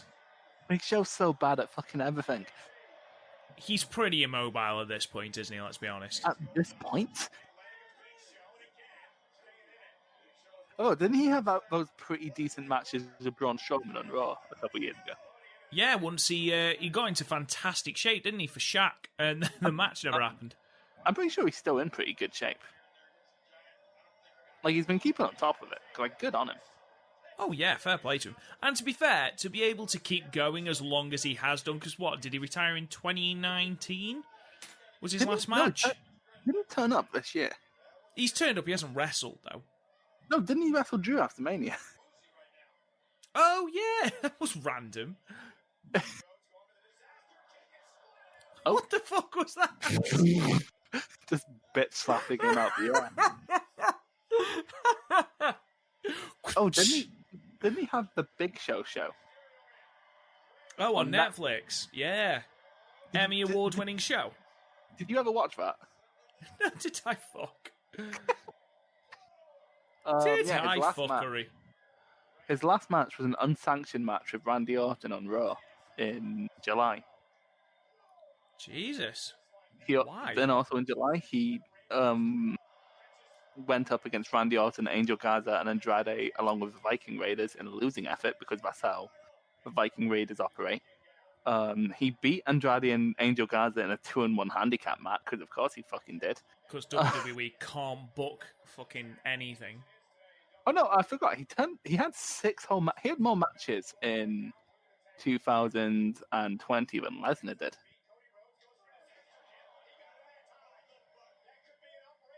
It must be awkward trying to disaster kick Mysterio. I mean, this match has got flashes of great stuff in it, but there's no need for it to go this long. Fucking hell. I bet you it's only been like 10 minutes. Well, when this match is finally ended, we'll check how long it was.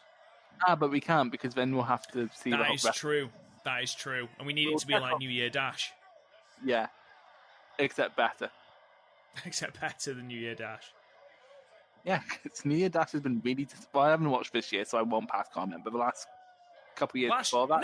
last year's was good. Last year had that fucking belter of a match. The thing is, last year had that one really good tag match, but then nothing else. I guess it's mostly because it was like his retirement ceremony, so I get that. Exactly. You could just for that, it was great. 2018 was shy though. Actually, no. 2018 did have White pinning Tanahashi, which I marked out for. Oh no, and Tighty pinning Naito after fucking destroying that chair over his head. What the fuck? Did Mysterio literally just hit a powerbomb? What the fuck? It was only 2, Ray. I can confirm that was only 2, yes. You know what? You know what else is 2? The amount of knees he's...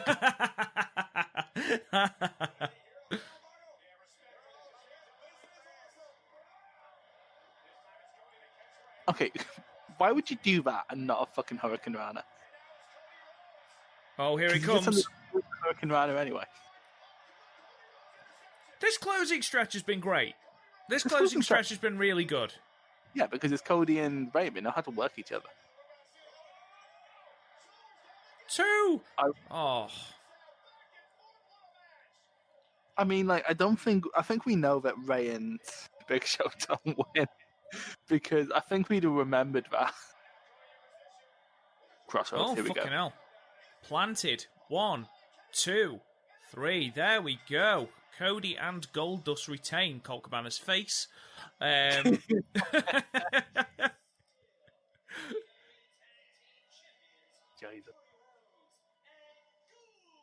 a weird one to rate, that one. Like I say, it had flashes of being really, really good, and that last stretch was fucking great. I would give that 2 1/4, because most of it was bad, but some of it was good. Most of it had Big Show. Big Show worked more than fucking Cody and Ray in this match. I'd give it 2.5. It just took ages to get going. That was the only issue. Hey man, is your knee alright?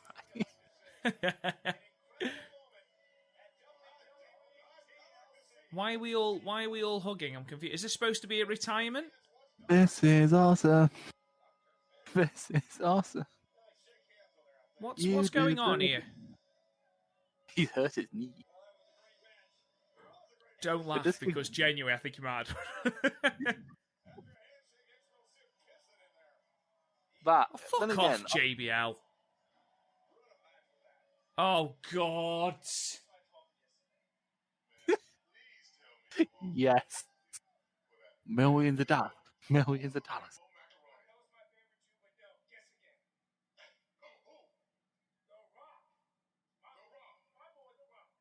Oh, they'd break up not long after this and then get back together. What the fuck is that logo? Oh, poor guy. That is so... Oh, why is the Rock winning the World Heavyweight Championship? Oh my god, the advertising is... What the fuck? God's sake, Carly. What, like, they got into their gear for this? The man with the greatest chin in wrestling. Antonio Inoki. Um... Oh, Dallas one. Brodus Clay? What the fuck? I'm disappointed that for my birthday last week, no one bought me a Brodus Clay brawling buddy. Brad Mannix. And Vicky Guerrero. I've unfortunately seen him naked. # blessed.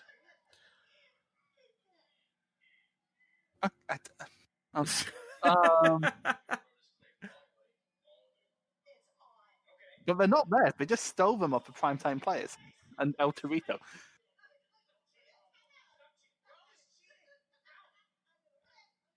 What the fuck is this segment?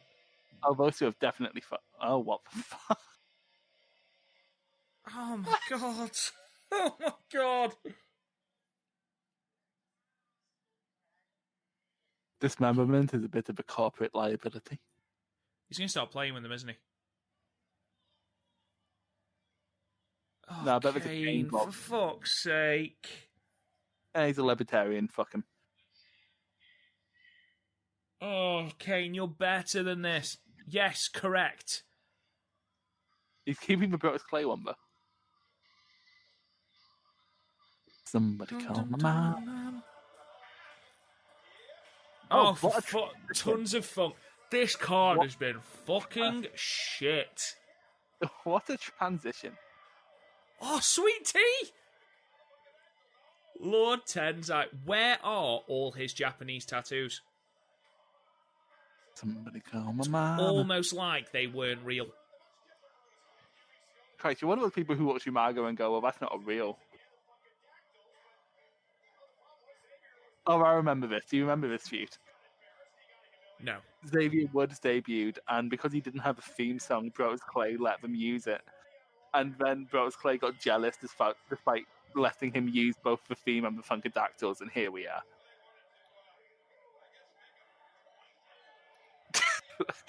I love that. What in God's name is this? Oh, it's going to be R-Truth versus Tons of Funk. This is going to be fucking incredible.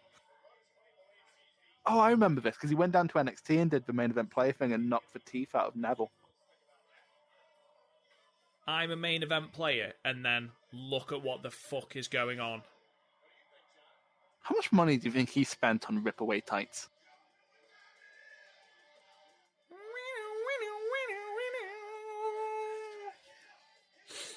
Look at Xavier. There, what's up?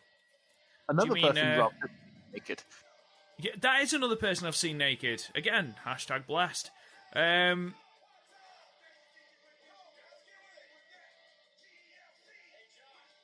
Consequences Creed. He's so good, though. Like, both Truth... Actually, 3 out of 4 people in this match are fucking great. Truth is... Is Truth 49? He's nearly 50, isn't he? And he's in absolutely astonishing shape. Nowadays, yeah. What I don't get, though, is that he's been doing this rap at this point for 3-4 years. And he's still not on time. Oh, for fuck's sake, whoever is singing along with him on commentary, shut the fuck up. Oh, you think that's bad? You should have seen what happened when Adam Rose debuted. Michael Cole sang along. If there was ever a match, Chris, that screamed pre-show, it was Tons of Funk versus Xavier Woods and R-Truth. How the fuck is this not the pre-show match? One thing you can say about R-Truth, and there's another reason there should have been a pre-show, is that he's very good at hyping up a crowd. Can you imagine if this goes like 14, 15 minutes? When I saw it is just a singles match. Oh, okay, it is just a singles match. When I saw him go up against, when I saw him at a SmackDown House Show, R-Truth, it was him and Carmella against Lana and Rusev, and they ended up having a dance contest. I bet Rusev was all over that. Oh, it was great. You know what's funny though? Not funny. It's quite sad actually. Shelton Benjamin squashed Andrade in like a minute. Yeah, I remember you saying. Although, because it's funny, because Andrade got a lot of heel heat for calling, because it's in Glasgow, obviously, and he called it England.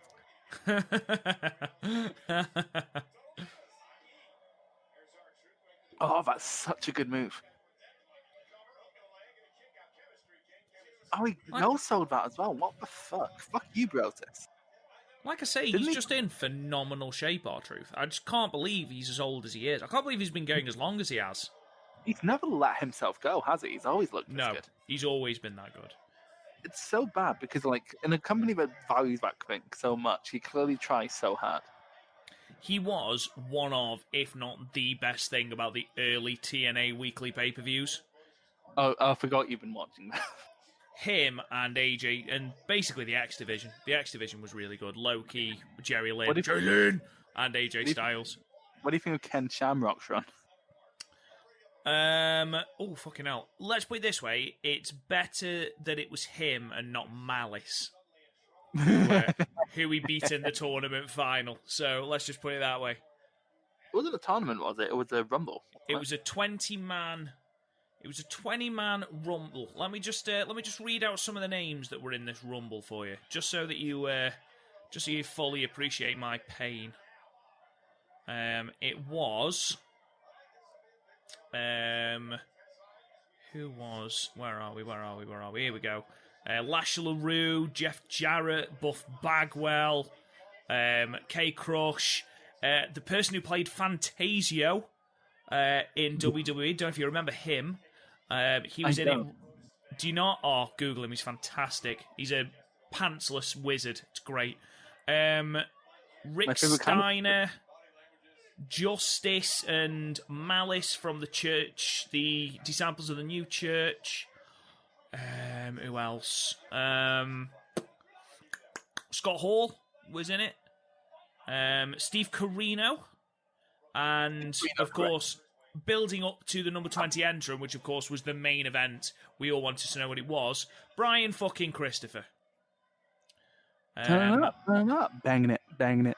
It wasn't even that theme, which was depressing. But we did have interviews with Puppet the Psycho Dwarf. We had a midget singles match.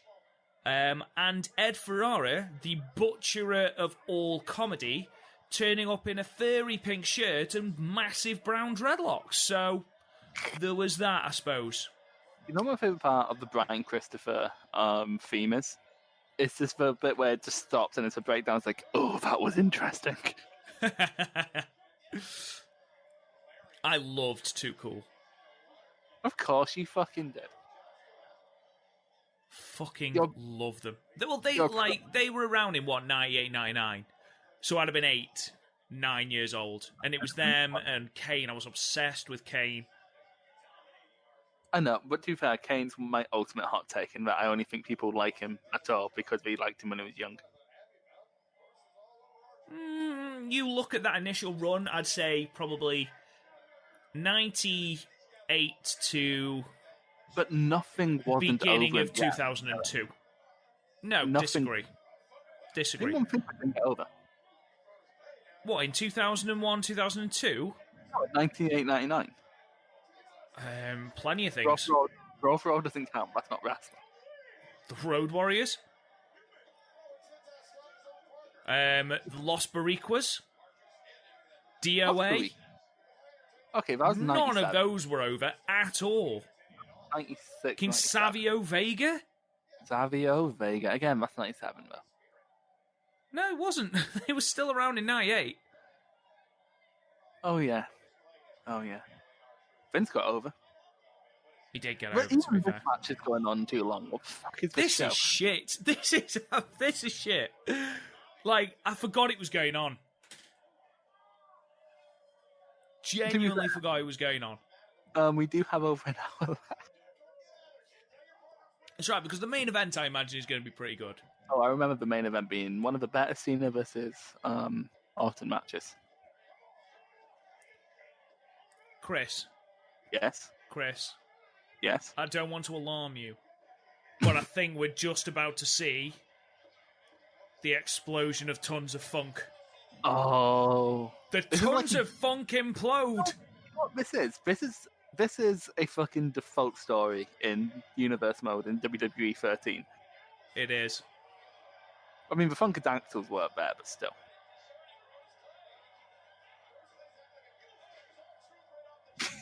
Cameron's going backstage to watch Alicia Fox versus Melina.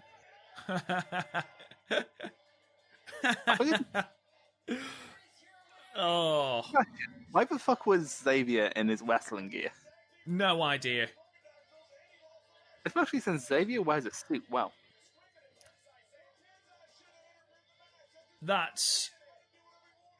Is that even a 1-star match? Can you remember anything about that match, Chris? Our Troop has a very nice scissors kick. So the way I've sort of thought about match ratings in my head, in my head, some what's it there for you? Some Machine Gun Kelly for you, free charge. Basically, if it's got a big spot, I'll give it 1 star. If it's shit but it's got a big spot, there is no big spot there. I'll give it half a star. Half a star works for me, because that was so boring. Also, is this the most underwhelming Cena t-shirt you've ever seen? Yes, it's white. To be fair, the Cena t-shirt I own is black. Did you ever hear about a Progress show I went to? I just noticed what looks to be a pregnant person behind there, so it's a good time to bring it up. Kofi! I don't know, I need to appreciate this theme, sorry. Hear them shout. Bang! Bang! Stupid! I'm really sad he didn't bring this theme back for his run. Do you know what? How weird is it to see all 3 members of the New Day on this card and them not be a team? They've just been together for so fucking long now. It's like how it's like how it became weird when Omega and Hangman first broke up, because you were just so used to them being a team, but even more because it's been 5 years. This is such a good theme, though. Tis good. Slappity! I wouldn't be surprised if this got people into reggae music. Look at this one fucking production girl just standing there really chill, like with a fight going on in front of her, and she's just like, nah, I'm cool. Look at the Miz's hair. You think he's fixed it by now? I came to play. This is also a really good theme. Oh, yeah. This is an era of great themes. Please, what's your future say?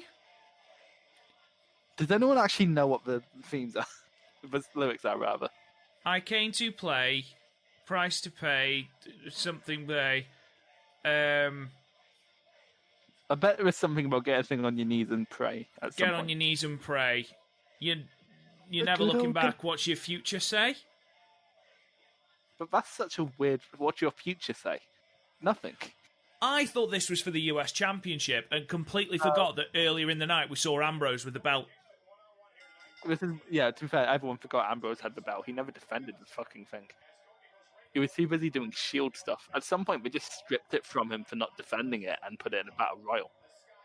I mean, let's be perfectly honest. This strikes me as a US Championship feud. This strikes me as every Raw and SmackDown of this era. I don't think the Wyatts are going to be booked on this card, mate. Well, we'll see. But because this match is what it is, I'm using it as a piss break. Be right back. Enjoy. Now, the only thing is, with Chris having gone, it's my time to sort of ad-lib, get myself over, and, yeah, the only thing is, I don't really have anything to say, or anything entertaining. I like Kofi Kingston's tights. They're pretty cool. Oh, fucking Jesus Christ.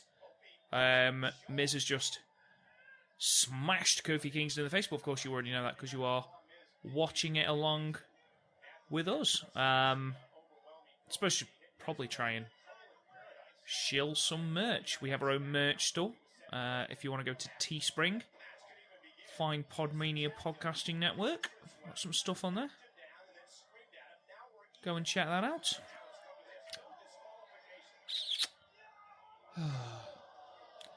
It's not quite as good doing one of these on your own, is it?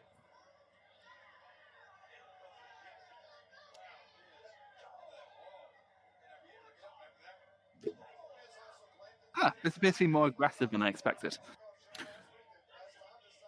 He is wearing some beautifully yellow shoes. They are beautiful. Like green, black, red, and yellow is just a good combination. Oh, fucking hell. Ooh, Lariato! Lariato! Oh, Christ, we could have been watching a Stan Hansen match right now. We could be, but we're not. We are instead watching tons of funk implode. Oh, fucking hell. Ooh, that was a lovely little sequence. Is this going to end up being the best match on the card? I sincerely doubt it, mate. I mean, no, I'm sure Daniel Bryan must have been fucking booked on this card. Like, it'd be Do you know weird what? Do you know what? I bet I know what this is going to be. I bet we're going to have a six-man of some description or a tag team match, with and we're going to have Wyatt and Bryan, because this is around that time, isn't it? End of 2013. Series, it was Punk and Bryan versus the Wyatt. So yeah, it probably is some sort of tag match of some, or maybe like a Bray versus Bryan match that got lost to history, or maybe Harper. That would be cool. Would be cool. I'm just trying to think who hasn't been on the card. I'm sure that it will be a tag match of some description. Who else hasn't been on the card? Mark Henry. The Usos? Mark Henry, the Usos? I think the Usos were taking time off at this point. I mean, we could have had the match of the year contender that was Bray and Daniel Bryan versus Tons of Funk, but it looks like, unfortunately, we've seen the implosion of Tons of Funk.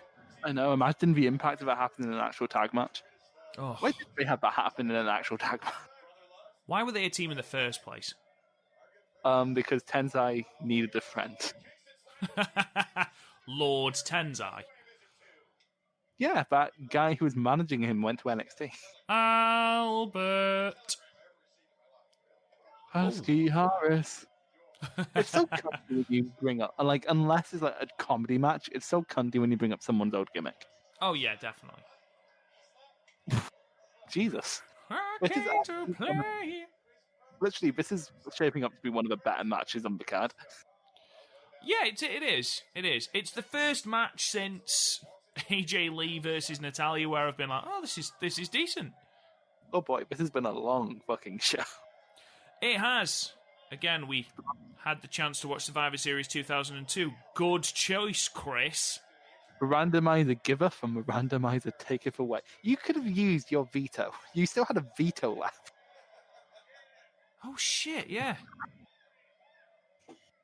God damn it. So quite frankly, this is much your fault as it is mine, because you know what I'm like. A glutton for punishment. I'm just a sucker for pain. Wanna change me. Never mind. Okay, you know I did have... Oh, nice. I have got that veto left, so I am going to veto any Imagine Dragons on this podcast. Was that an Imagine Dragons song? I'm surprised. Sucker for Pain, yeah. The one from the Suicide Squad soundtrack. Yeah, I thought that was someone else. I could have sworn that was like Lil Wayne or something. No, it's Imagine Dragons. I mean, because it's like from 26, between like any bad song between 2013 and 2016, my brain just defaults to it being Lil Wayne. Who was shit from that period? Oh yeah, Lil Wayne. Because I was like in school and like didn't understand I was allowed to like things, I just pretended I didn't like pop music. And whereas now, I keep putting over Taylor Swift until the point where one day Rob will listen to that fucking album. Yeah, don't hold your breath, mate. Or Calorie Depth and Emotion. Great album. Thing is with this match, it's really good, but we probably did it a million times in house shows. Yeah, probably. You remember when he used to do the boot into the neck breaker? That was like the one good thing Miz did in like the early days. Nobody liked the Miz. Just ever. The thing about Miz, he's still not a good wrestler. He's just a good promo, which tricks people into thinking he's a good wrestler. Add it up. Like, most of the credibility Miz has is still just left over from his feuds with Bryan and Ziggler. Also, Miz has JBL's hair. A young Alex Riley takes notes. Look at the Miz's curtains. Fucking hell. Is it the worst hair on the show? Has it been worse hair? Don't say Punk. Punk's hair is pretty shit. No, Oh, nice. Well, that was lovely. I don't think it was his hair that was bad, more his sideburns. Shave up sideburns. Jesus, boring chance. Which is unfair. Which is really, really unfair. Because this is literally like the third best match on the show. I understand it's not been a great show, but they had a big show out there and they didn't chant fucking boring. Oh, no. Ooh. Oh, that's a shame. I like the SOS. Oh. Oof. We want table. They're correct, though. We're how far into a TLC pay-per-view and there's not been a single There's table. been no ladders match, no tables match. There's not even been a chair.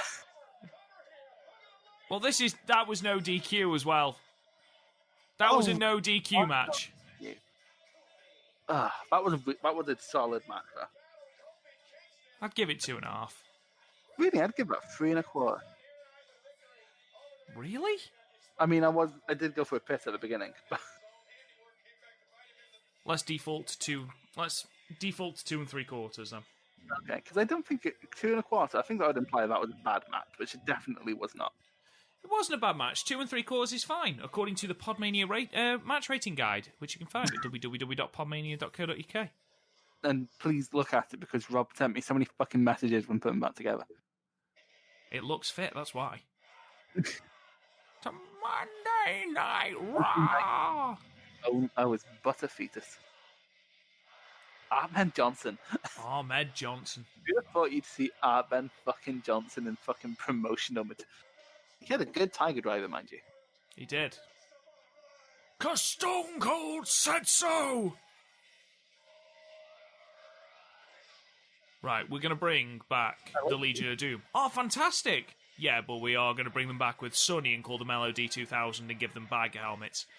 And drop. Right, okay. And then we're going to bring you back in the new millennium and give you Hayden. Christ, I just watched that.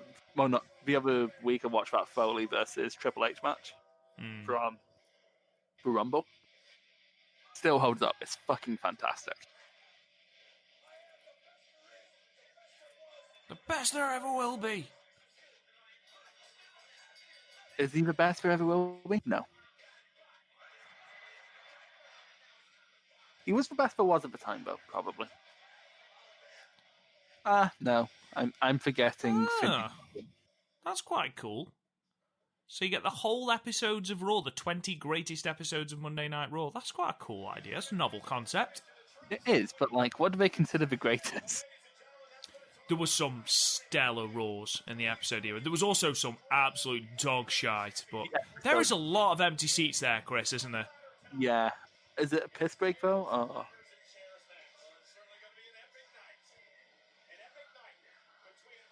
An epic night. This has been an epic night by WWE standards. In 2013, probably. Well, yeah, true. But again, the SummerSlam was very good. There we go. I always find it weird when we count championships by like times we've held it because it means we've lost it, isn't it? Yeah. Did not realise Orton debuted in 2002. Yeah, he had his like blue tights, getting beaten up by Hardcore Holly. that WWE Championship design wasn't around long, was it? No. Only debuted earlier that year.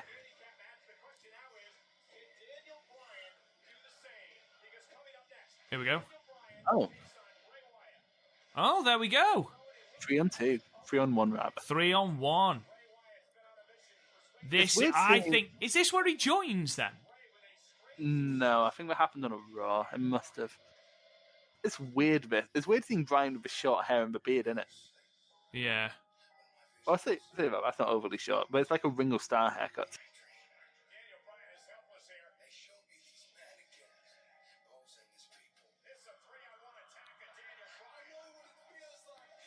This incarnation of the Wyatt family was fucking great. I know, you put them over like every Watchalong. I don't understand how you can have this stable and then not even break them up properly. They just drafted them to different brands. What the fuck are you doing? How many Wyatt family reunions were there? It just makes no sense. Because how many times did the blood... Like, they had a blow-off match between Rowan and Harper on main event. They had a blow-off between Rowan and Harper on a pay-per-view. Did they? I don't remember that at all. Yeah, it was when Harper came back with the mask, and the mask was like, where he got all his power from. And then Harper fucking squashed him. Interesting. Sounds stupid. I'm glad I stopped watching WWE. It was stupid. Have you seen Daniel Bryan's current haircut? He has like the fuckboy haircut. Nothing wrong with the fuckboy haircut, mate. Right, so stop trying to give fuckboys a good name. What the fuck are you doing? I have a fuckboy haircut. Really, it's lockdown. I'm surprised anyone has any kind of haircut. I mean, I'm talking to someone who was rocking the lockdown hair 10 years ago. But... I was just going to say, you were rocking the lockdown hair in 2017, mate. You didn't know me in 2017. Oh, it's 2018, I apologise. Oh, Christ. I can't believe they made him wear a t-shirt with an actual fucking goat on it. They tried so hard to not have him be over. Oh, yeah, definitely. Like, people try to... but people buy into the fucking WWE propaganda that this was always planned. Was it fuck? Look what we've done. No one would put on a goat t-shirt and think that's going to help them. They tried to take away the yes chant. They tried everything. But they couldn't do it. No one has fought as uphill a battle to get over in WWE as Daniel Bryan. I don't know if it's just me, Chris, but are you a little bit like, really? 2 3-on-1 handicap matches on the same show? No, it's WWE in 2013. We have 2 factions and we don't want them to fight yet, so what else are we going to do? They can't keep giving Daniel Bryan friends.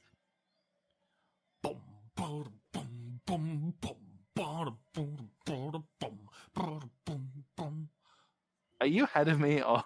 No, I was just doing it.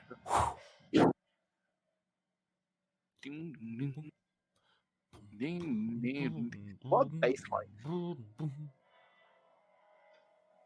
I remember one, it would have been not, because I started playing guitar, it would have been a month before this show, and I learned how to play the Wyatt family theme. I was so proud of myself. Isn't it like 2 chords? I mean, it's an F. It does get more chords as I was playing for a month. Leave me alone. Sorry, didn't mean to shit on that. Then it was 2 chords, dickhead.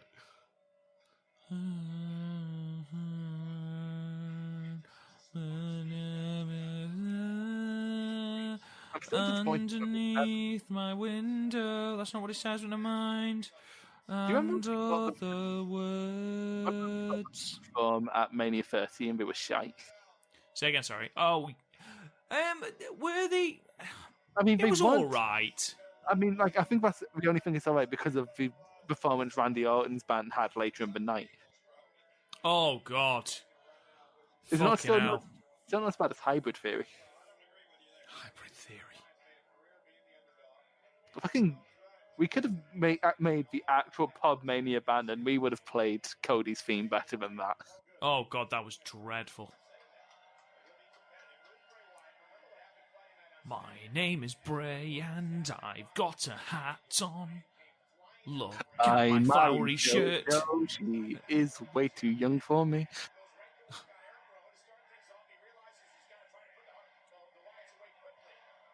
See, it speaks volumes about how much you love Bray, that he wore a fedora and you would probably still defend him if I pointed out that fact.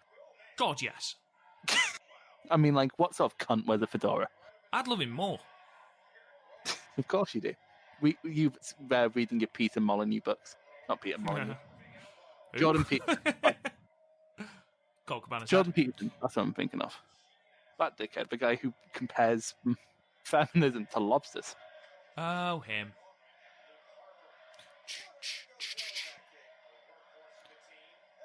Fringe benefit, we get to see some Brody Lee and Daniel Bryan action. We do.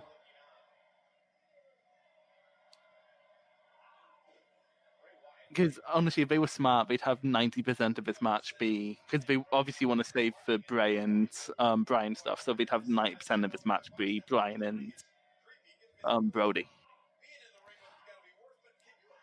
This entire storyline was weird because Bryan wasn't with the Wyatts for long at all, was it? Not long enough for it to be... No, because they literally just did it to try and quell him.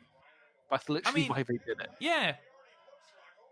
I mean, like it's a good storyline. I don't mind it, but just keep him with the Wyatts for longer. That's what the Wyatts should be doing, though. They should be. Uh-huh.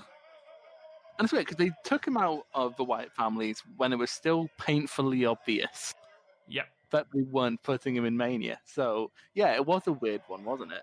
I think they just put him with the Wyatts, realised it's not working to quell him, and thought they'd try something else.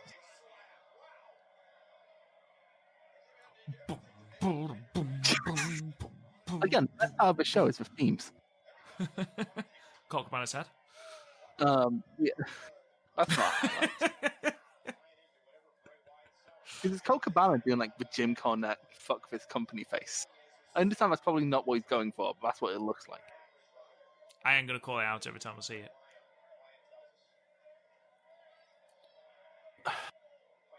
Hey, Chris. Light it up. Hey. Light it up.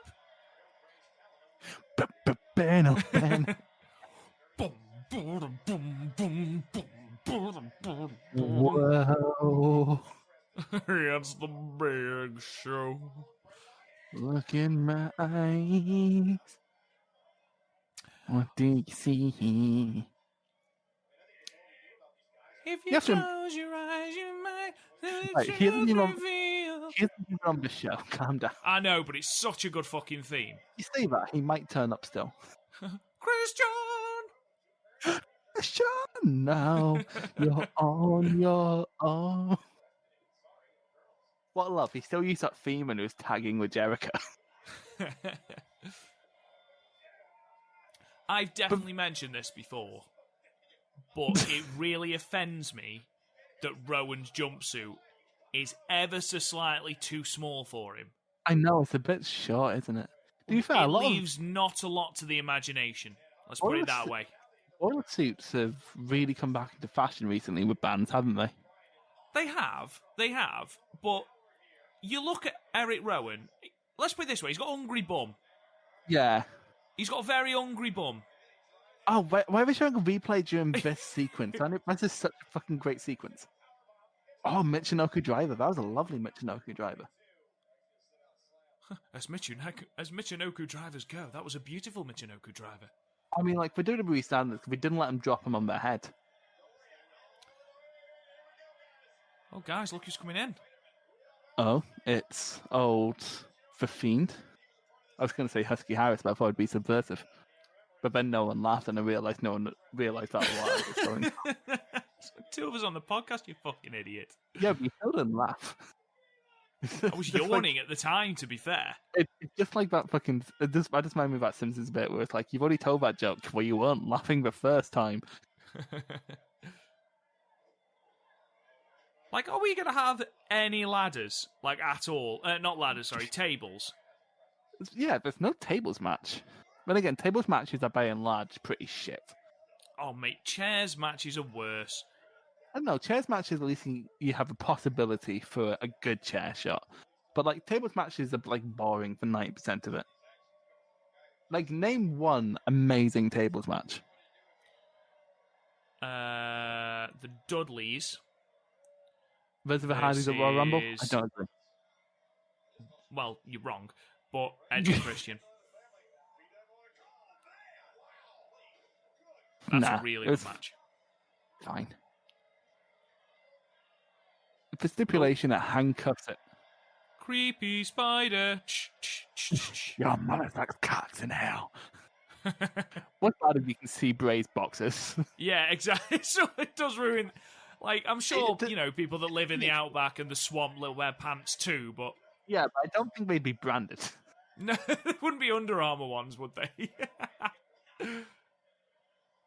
Look, and I imagine we just go around with, like, military-grade tighty whiteys. Like, they just walk around like at the beginning of a Full Metal Jacket. I just want you to think about what we've talked about during this Bray Wyatt and Daniel Bryan sort of thing. We've talked about Erick Rowan's Hungry Bum and Bray Wyatt's Tidy Whiteys. It's been a weird match. And a lovely Michinoku driver. And there was a lovely Michinoku driver, yes, of course, how could I forget? And also how we put replays in stupid places. Look at it, seriously. How much of this Stop drawing attention to it if you don't want to see it. Is up his arse. That was the lovely deadlift.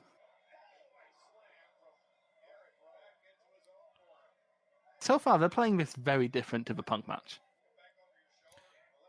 Well, yeah, I mean, you've got 3 people against 1. Punk was clever with it, but, even with him being clever with it, you would expect the Shield to dominate simply through the numbers game, which is what the Wyatts are doing. Yeah, but, like, Punk spent... I love that move. Oh, he had such a good boot. The best big boot. I saw someone today, I forget what group I don't think it's a group you're in, and they tried to claim that Charlotte had the best big boot of all time, and they got rinsed. Oh my god. She hasn't even got the best big boot at the moment. Who has the best big boot at the moment? Rhea Ripley. I haven't seen Rhea Ripley at all. I don't watch NXT or main roster, so I haven't seen her. Rhea Ripley's is great. I'm sure there are other ones as well, but Charlotte hasn't. Who did I see recently? Like, I remember I saw a big boot recently that I thought stood out, but I cannot remember it. You see this, what Bray Wyatt's doing right now? That's how Rob recruited me to the podcast. You can make all this go away, Chris. Join me. Okay, get out my room. What are you doing? It's 4:30 in the morning. I'm normally up at 4:30 in the morning anyway. Unemployment. Unemployment. Oh. See, that's not... See, that thing Wyatt did, we give Mina Shirakawa shit for that. Yeah, that's because Mina Shirakawa does it with absolutely no force whatsoever. If Bray does it, it's like being hit by a boat. Good point. Mina Shirakawa isn't exactly a big unit, is she? No. Bray Wyatt is like running into a lamppost. Fucking no give whatsoever.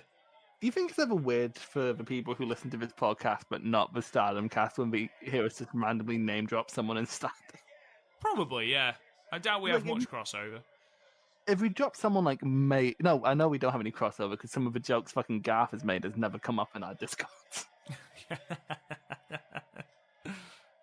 Like, remember when we did that Noah match? Jesus Christ, he was fucking unhinged there. It's like, Garth, this is our actual audience. Leave him alone. Oh, Christ. I think every time something like that happens, like, all men get, like, phantom. Oh, hello. Go on, Daniel lad. Go on, Daniel lad. That reminds me. Oh, that's lovely. Do you want to hear about something gross?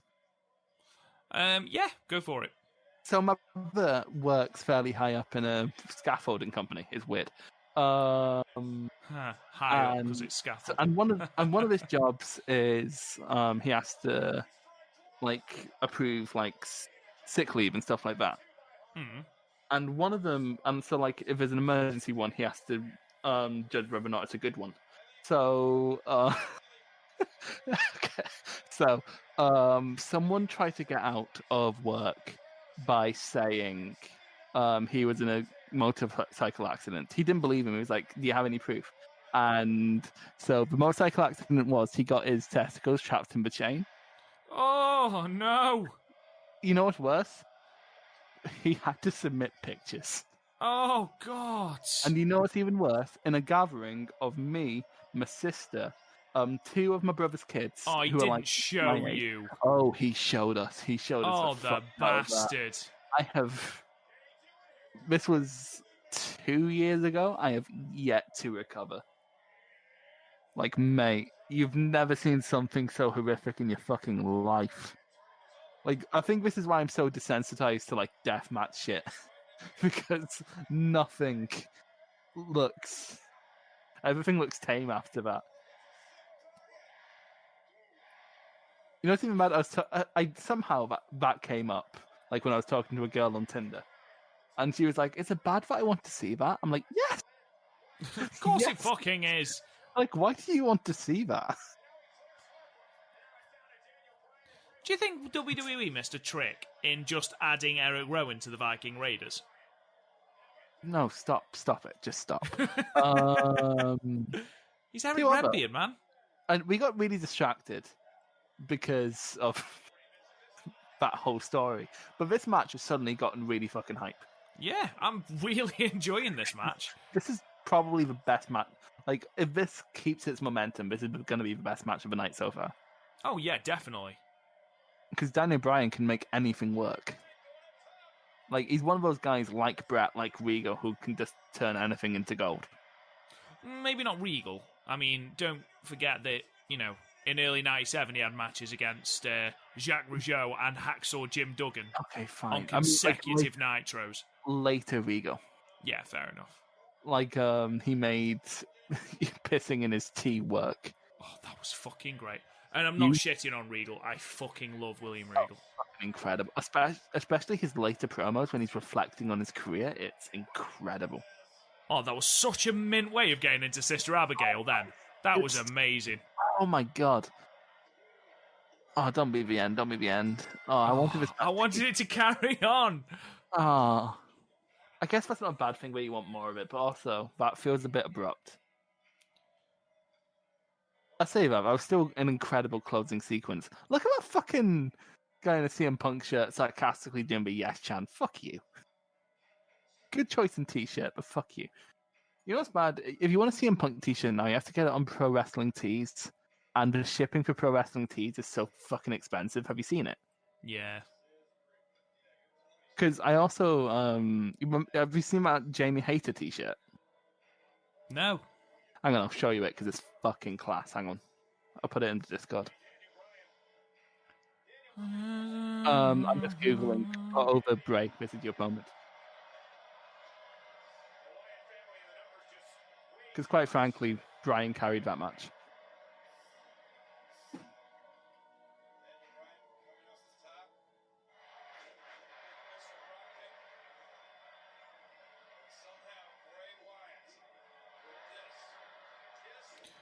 Because I don't mind paying like 20 quid for a t-shirt, right? I understand that's how they make a lot of their money. I'm fine, especially at shows. If I'm like an indie show, if I'm approaching a wrestler's table, I only approach a table if I'm with the intent of buying something, because otherwise I'm just wasting their time. But like, it's the shipping with Pro Wrestling Tees. I just fucking can't. Okay, I put the t-shirt in the Discord. Take a look at that because it's fucking mint. What would you give that, Chris? If that went on, I'm verging on 3.5. I was going to say 3.5. Which is high for this show. Like, look at that fucking t-shirt. Oh, I forgot you don't dual screen, so it's harder for you. Oh, yeah, that is cool. Like, it's one of very few Joshi t-shirts I wouldn't mind, like, wearing, like, outside. Like, I bought that Candy Floss t-shirt for €5, like, for the sake of a joke. But also, I don't think I never want to wear that outside because it's not something people accept.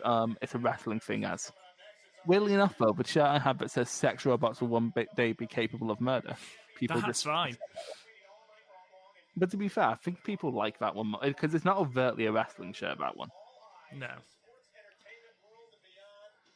Oh, how ironic that they've got The Rock on there. Dwayne, person who ruined CM Punk's title run. He didn't. Let's be real. CM Punk's title run was not ruined by The Rock. It was ruined by WWE. They definitely didn't need to put it on Brock, but also they definitely didn't need to book John Laurinaitis versus John Cena above Daniel Bryan versus CM Punk. No, agreed. Fucking disgusting. Like the idea of Michael Cole talking about corn is outstanding. Yeah, I like. It's like if Garth talked about Carly Rae Jepsen.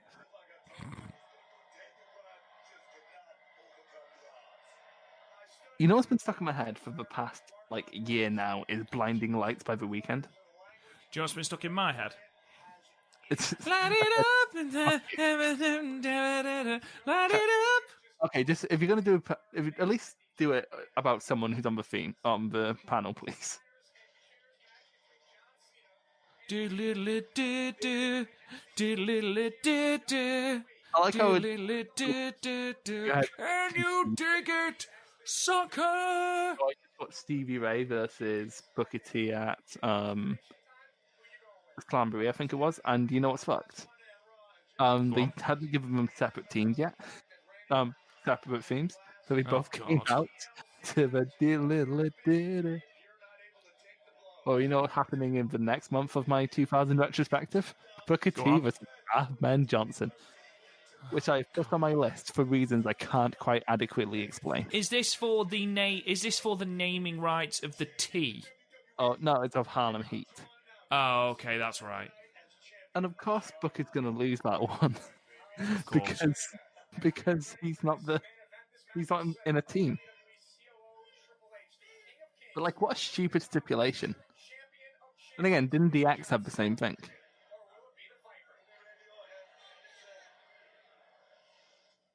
If you were booking this, who would you have win? Regardless of the fact of, I'm pretty sure we both know who wins this. Well, we've watched. I would want. Oh, that's a good question. You're going to get backlash, from whoever you book to win this because you would. What's even weird though? They booked a rematch at the Rumble. Of course they did, because you can't get enough of John Cena versus Randy Orton, Chris. The brand split happened, and they said John Cena versus Randy Orton was happening for the first time. Mental.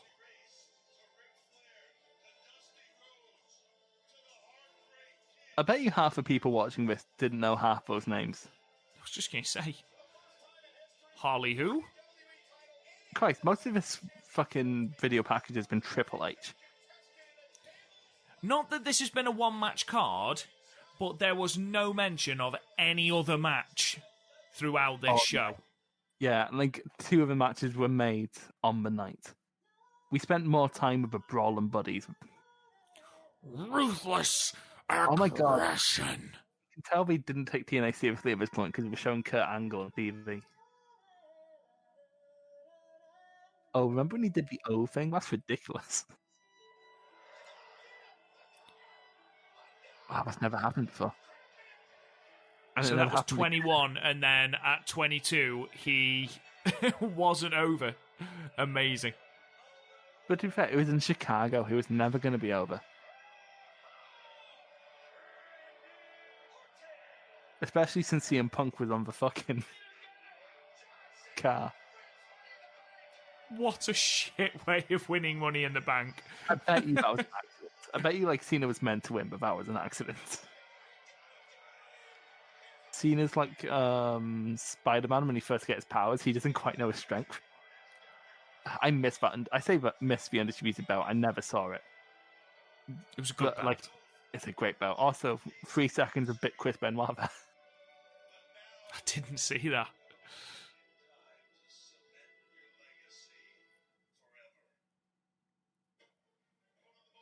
seriously, Triple H has been all over this fucking video package.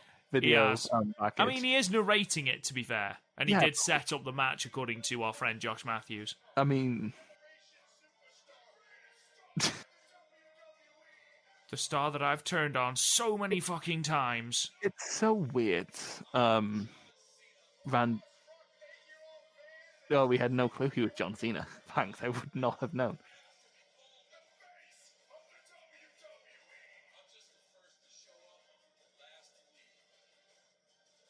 Christ, you forget how painful some Cena promos were before he just started shooting on people.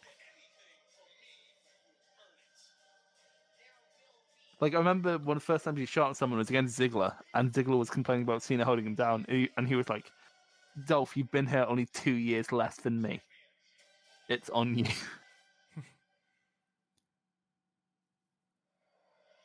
What do you think about WWE title design, but it was very short-lived? Because honestly, I think that's the worst design the title's had. It's just...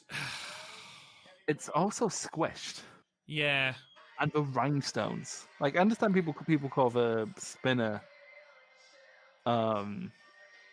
trashy, but like that's even worse. Like the spinner worked for John Cena. The issue was that they kept it for other people. Remember when Edge had the Edge had it, yeah, and it was too heavy, so it was always upside down. Remember when Miz got it and turned the WWE logo upside down? That was actually pretty clever. Did you know that Randy Orton hears voices in his head? I miss his old theme. Hey, nothing you can say. Nothing's gonna change what you've done to me. What I love about that is literally just the story of him and Triple H. Well, fun story. So the first WWE game we played was... What was it on PlayStation 2? Michael vs. Roger 6. It might have been. And we were always... Me and my brother were always Randy Orton in career mode. Mm-hmm. Because we loved his theme. You know, it could take or leave everything else, but he had the RKO, and he had a cool theme, and we loved his theme. And Kofi Kingston. Always made Kofi Kingston US champ. Always. I think with Orton, it's weird, because Orton has, like, all these, like, natural gifts, and, like, he's naturally just fucking, like, an immaculate person to look at. You know what I mean? Like, he looks like he's chiseled from fucking stone. He's a good-looking kid. He has a fucking amazing jawline. He can grow a halfway shitty beard. But, like, he's just so lazy.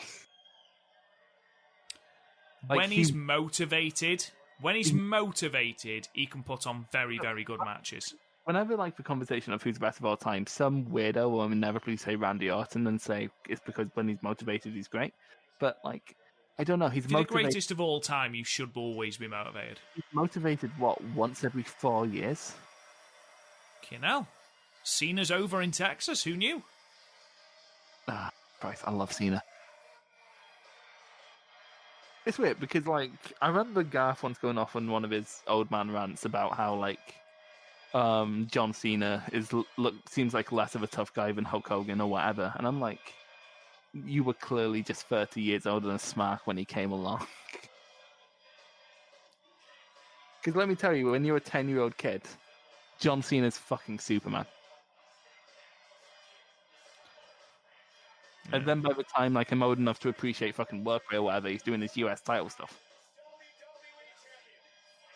That US title run was fucking great. Yeah, like, it was so good that people didn't care that he was basically burying the mid-2000s PWG roster. Because who did he beat? He beat Neville, Moxley, Owens. Owens did go over him once. Yeah. I'm not saying that that's a bad thing, but Sami Zayn. Yeah, Sami Zayn. We lost it to Del Rio, didn't he, randomly? I know. It really should have been Cesaro, though. Have you seen those 2 Cesaro matches? Yeah, fucking outstanding. Fucking incredible. Can you imagine? They're just going to stay there so you don't need a ladder. Why? See that scene? Cuck Fina. What the fuck? Cuck Fina. Look at him in a CM Punk shirt. Oh, he's so anti-establishment, but he gave WWE hundreds of dollars. We want tables. Well, you can't have them, even though our pay-per-view is named after them.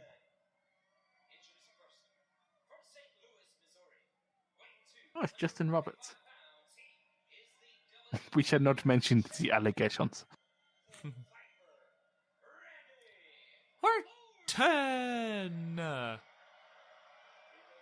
Christ. You know what's weird? Like, Orton in many ways is kind of like Okada, where he has so many of these natural gifts. You know what I mean, though? Like, they're both tall, they're both chiseled, they both have immaculate timing, they both have a decent sense of structure, but they both need someone special to pull something special out of them, especially nowadays.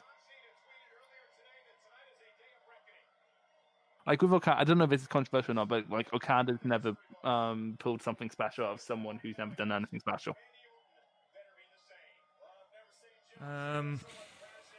Yujiro's match was great.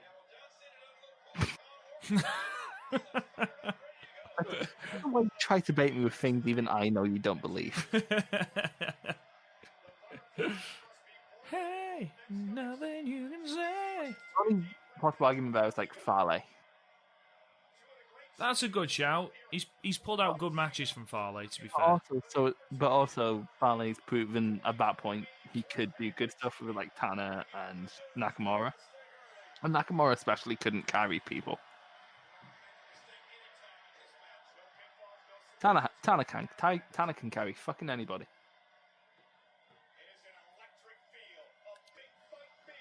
We're gonna rock down to electric. There's a sign there that just says, I'm so sorry. Okay. What? Maybe he cheated on his lover. Cheated on his lover? What? I forgot the word partner and panicked. Maybe he cheated on his lover. Oh, great. Oh, here we go, Chris. We finally got chairs. We're 2 hours and 17 minutes into this pay-per-view. Oh, and we're not going to get it. What a heel. What a heel. Bastard. Tell you what, though, it's still not the worst thing we've ever watched for a watch-along. Are you going to bring out Big Event again? Okay, the worst three for a watch-along have been Big Event, that WXW one, but at least that was short. It was shit, that was, Chris. Oh, fucking hell. Oh, what was the other one that was pretty bad? It was another pretty bad one. It was another old one. Bash at the Beach 98 was a fucking troll. That main event was shit. No, that's the thing. We were really good with Bash at the Beach was a really fun one because it was all like short cruiserweight matches right up until the top 2 matches where it was football players. Oh god, yeah, Kevin Green and Karl Malone. Mm-hmm. But like I take that over say over a Big Event because none of that was good. No, none of that was good, like, to be fair. Once we got over the initial shock of like the big stadium, which I wish they'd run more baseball stadiums. Like I love it for the Rumble.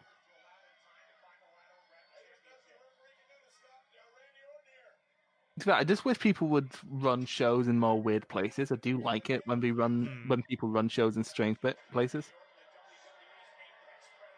And I mean that like just anywhere. Like DDT once ran a show in a swimming pool.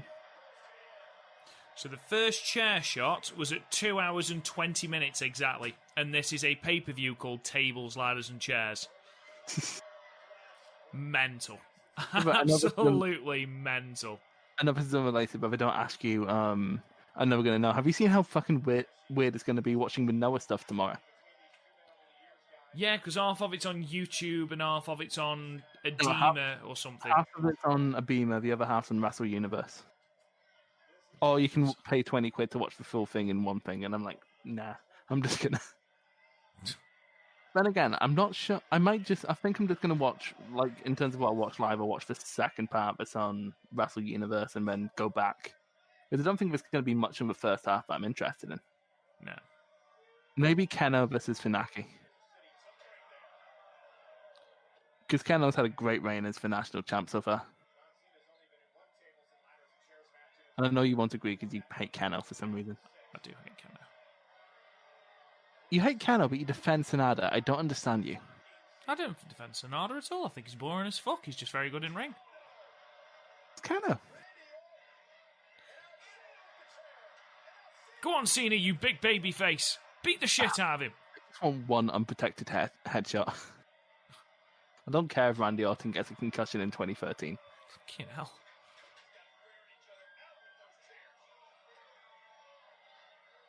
Okay, now what's next? Tables.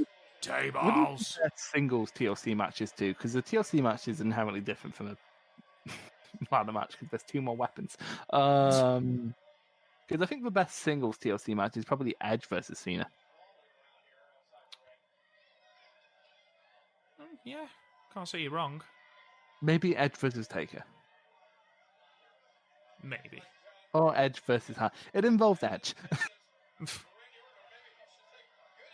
I bet Randy Orton's going to backdrop him. Oh, no. Oh, no. Into the stairs. Oh my god, it's like table, ladders, and chairs and stairs now. Oh my.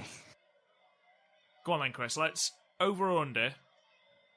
How many RKOs are we going to see? Well, I don't think we're going to see too many because he's trying to be a heel.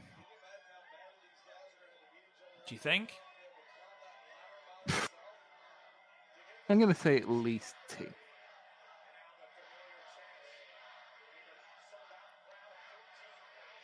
Let's go see.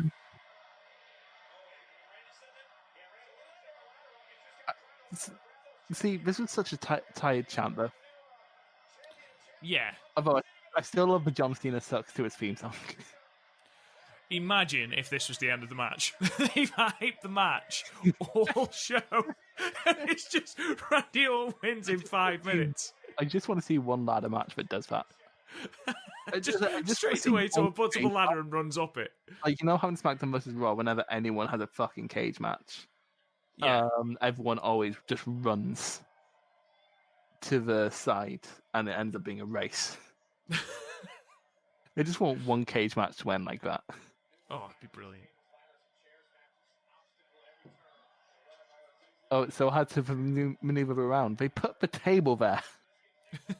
You did this! They brought this on themselves. Why did he throw the ladder up the ring?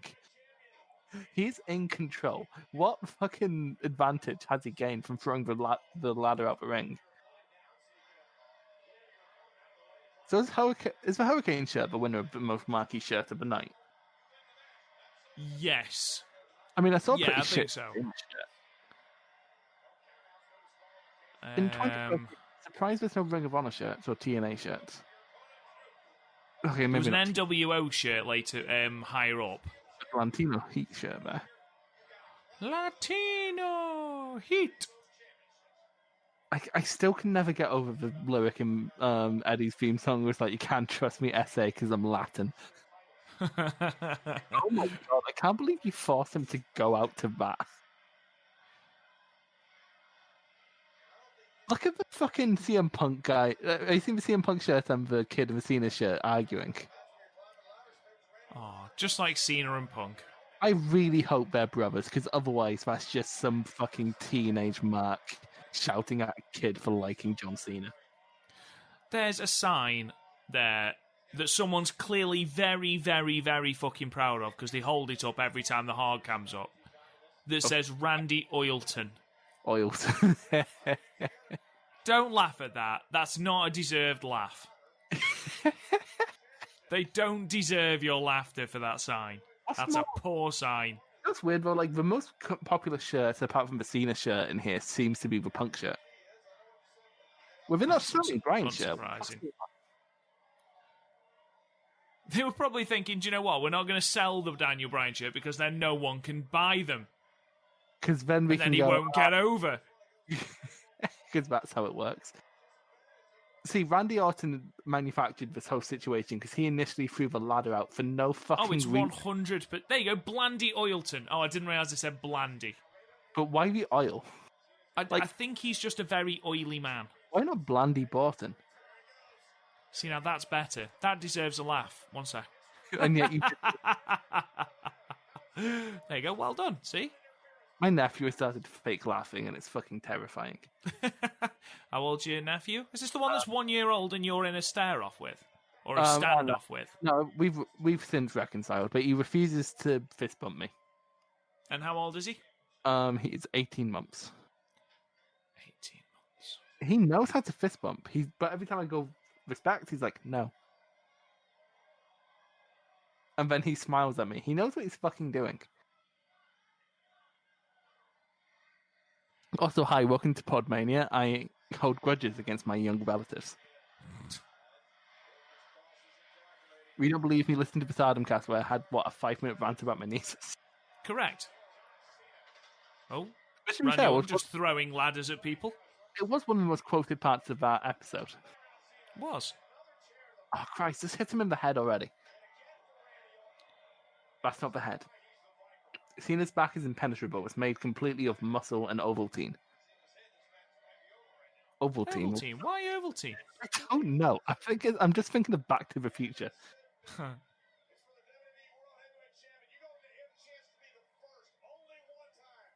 Do you think Marty's dad... What are you talking about, JBL? Fucking hell. Do you think Marty's dad in Back to the Future is based off of Bob Backlund? No.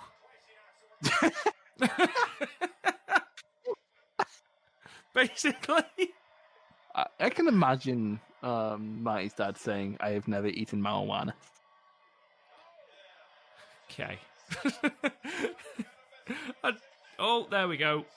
Cena into the chair. Yeah, not head I don't really know how you wanted me to respond to that, Chris, if I'm honest, mate. Come on, Cena. I'll be honest with you, Rob. For some reason, I thought it would provoke a longer discussion. Did I disappoint you, mate? Kind of, yes. I expected better from you. Be funnier. For fuck's sake. Cena's looking like that guy in Pulp Fiction.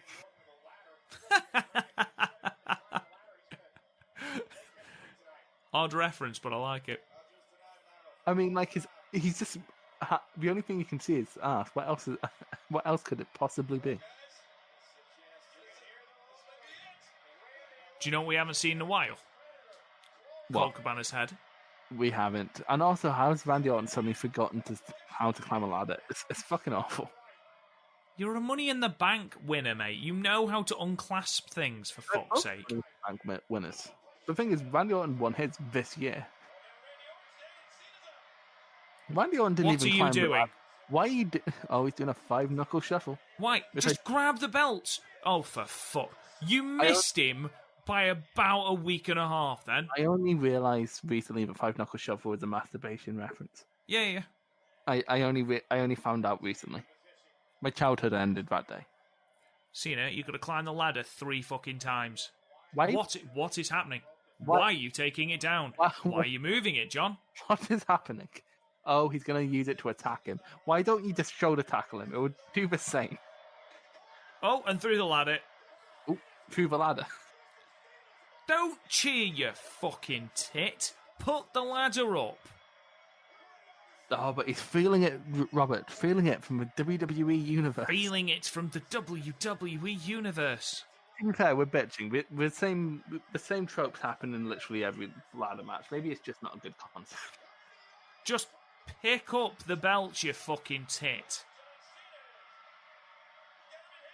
Ooh. Why is he making that look so difficult? RKO! Out of nowhere! By God, Maggle! You have so many cool opportunities for RKOs in a ladder match, and that's what you do. I'm never gonna disrespect an RKO. I know. I'm kind of done with cutters. Too many people do them.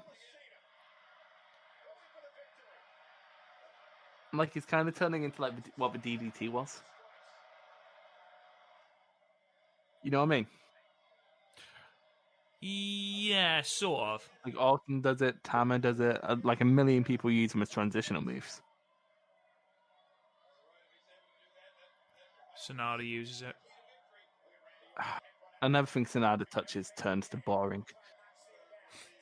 It turns to bait. I am like the reason, like we asked why Sonata never showed emotion in the Evil match is because if Sonata cried, he'd fucking rust.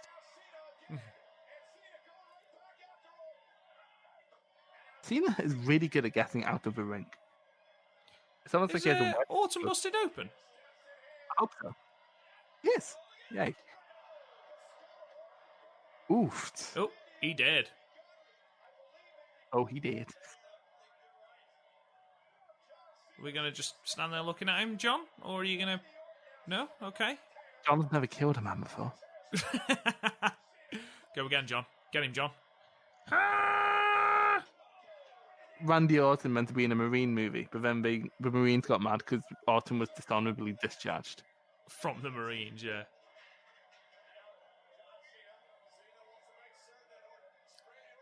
Why are you putting a table in the ring? What is going on? What is the logic of this match? Yeah. What is going on, John? What is he going to throw the table at him? Because otherwise, this was a bad tactical move on John Cena's part. I wouldn't expect this from a former Marine. And now he's leaving the ring. What are you doing? Oh no, Randy Orton needs to be in the ring for the spot. Oh no, what the fuck? Oh, has you just stabbed him? No, he's he's hitting with a microphone. Oh, I thought he'd stabbed him in the head. TNA match between Daniels and AJ Styles, where a lot of the match was based around Daniels trying to stab Styles with a screwdriver. It's crazy. Oh. Do you submit? See, cut a promo now. Do a promo. That's what I thought he was going to do. No, he's just going to teabag him. Oh, foot mount. We've all been there. Our worst enemy mounting us and hitting us with a microphone. Or Tuesday night, as we. I'm sorry, but they've already call it in Stoke. they've already turned off the microphone, right? So, like, it just became less and less impactful. Oh no, not Ricardo. He'll have flashbacks to that one night with RVD.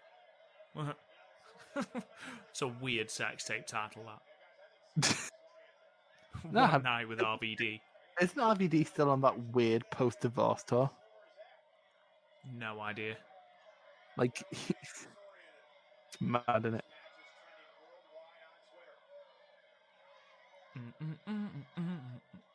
I'm currently taking the opportunity to browse pro wrestling tees.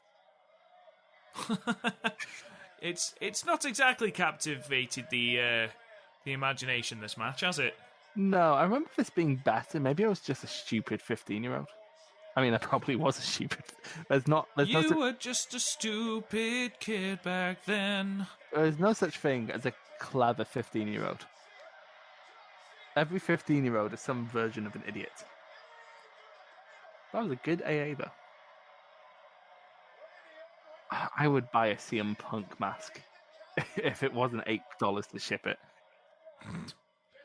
More expensive than the fucking mask.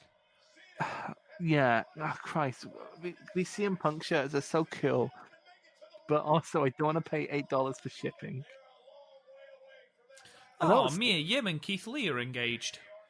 Oh, that's lovely. Good for them. An official congratulations from PodMania. Yeah, good for you two. You two are both lovely people. Hashtag Yimitless. Yimitless. I saw that. I like it. They both put that on their Instagram. I didn't want to steal something from them blatantly on the day of their engagement. It would never get back to it. I'm sure they've got things that they're more bothered about, mate. Yes, like Keith Lee has a triple threat match with Bobby Lashley and Matt Riddle, which would be good if it was in any other company.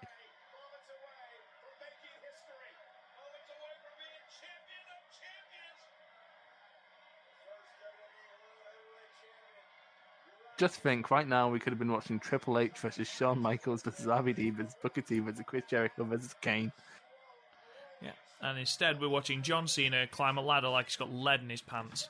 Well, like, those are very clearly wooden ladders with painted silver. Why didn't they just get real ladders?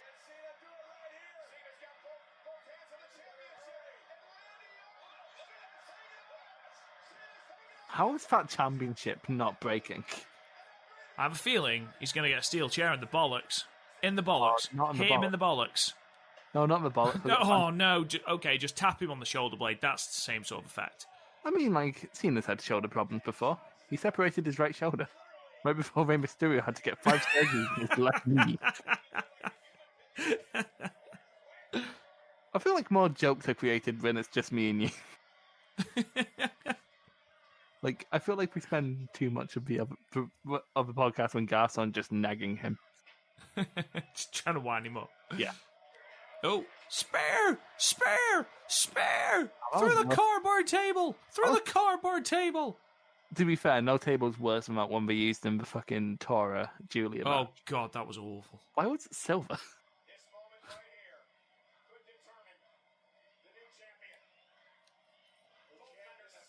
Could I? Okay, well, there's still another table in the other corner, so let's assume that that's going to get used next. Okay, with a CM Punk t-shirt that says sociopathic, straight edge, atheist jerk. Like, I get the rest of it. Why would you advertise the fact that you're so sociopathic? Your guess is as good as mine. I honestly don't know sometimes with CM Punk. To be honest, I have a feeling he didn't care about half the designs of these. He's like, yeah, cool. I kind of want the one where it's like the NES version of the WWE 13. I kind of want that, but also it's kind of... Ooh, this could be very interesting. Chris, things are about to get kinky. Oh, it is. He's going to get a gimp out. Dubba-dubba-dum. I like the Pulp Fiction thing of when you start doing like jazz sex jams.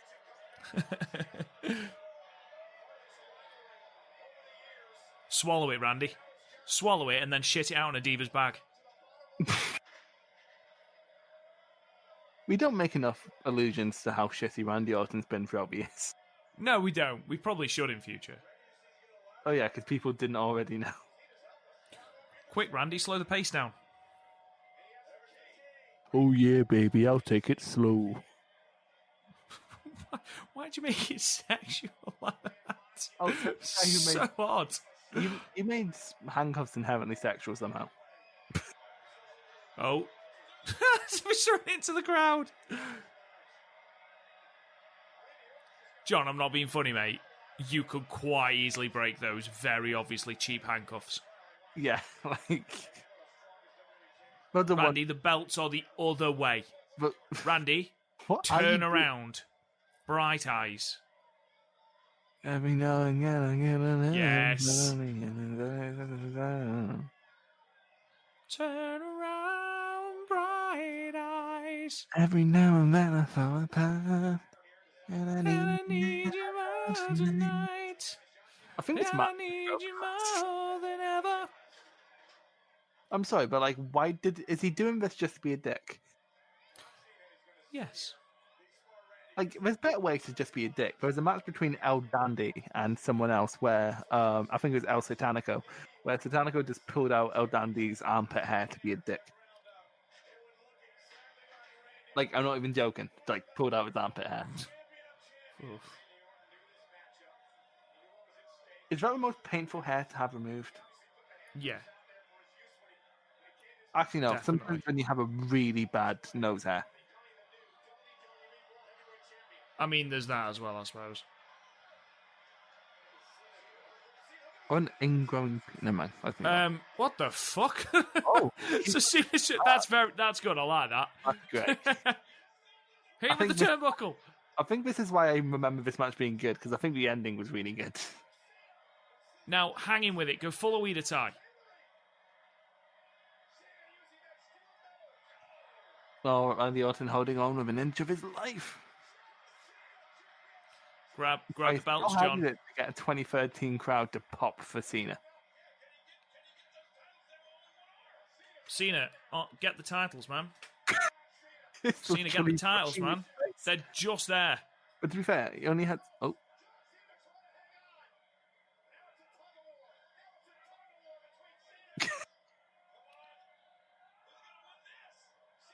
Cena could probably deadlift Orton from there.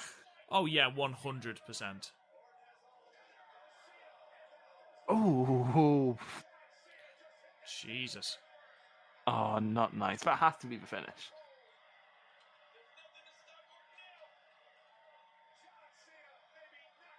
To these two faced.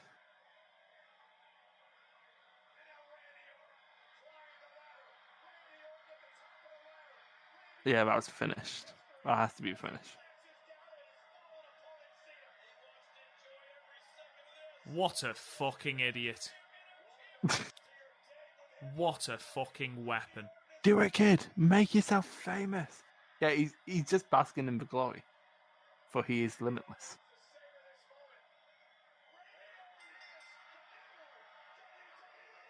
That was good. I like that ending. I'll be honest, I completely forgot Randy Orton won and was expecting Cena to get up. That was a pretty average match with a really good finish.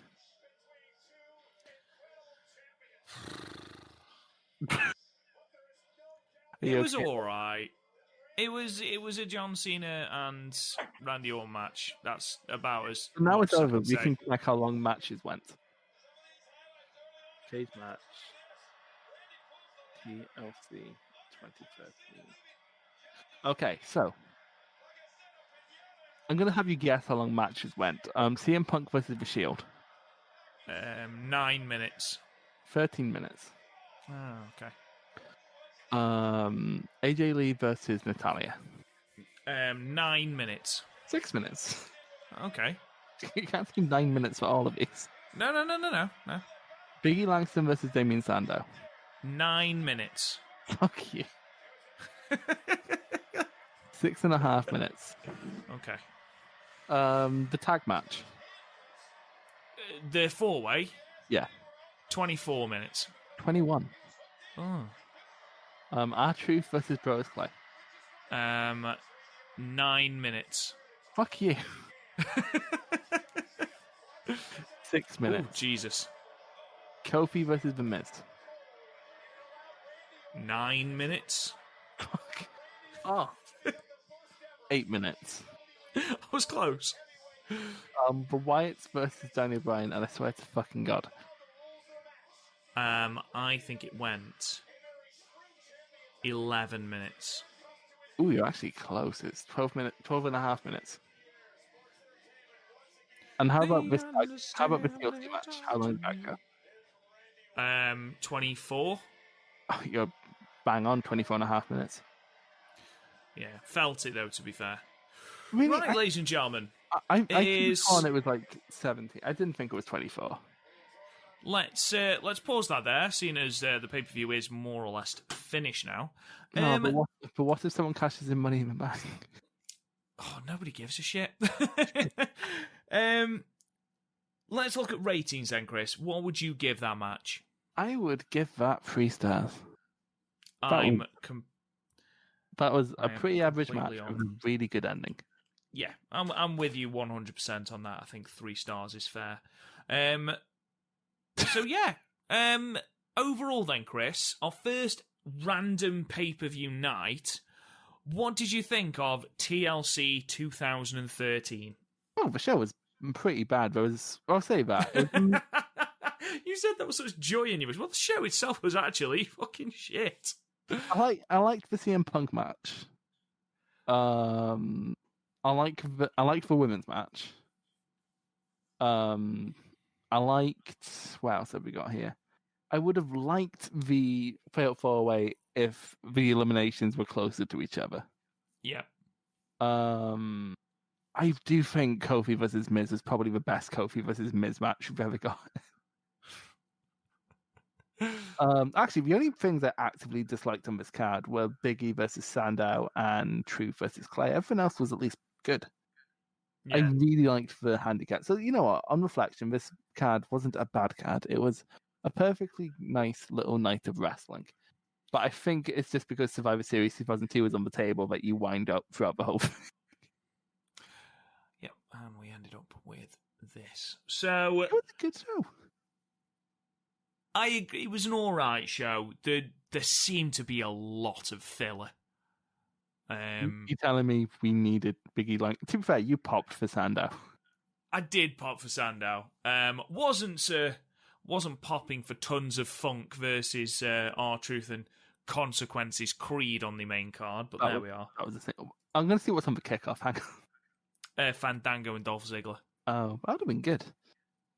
Yeah, it would have been better than seeing Brodus Clay on the main card, or that ridiculous skit where they're playing with those toys. But, it's WWE. Marketing.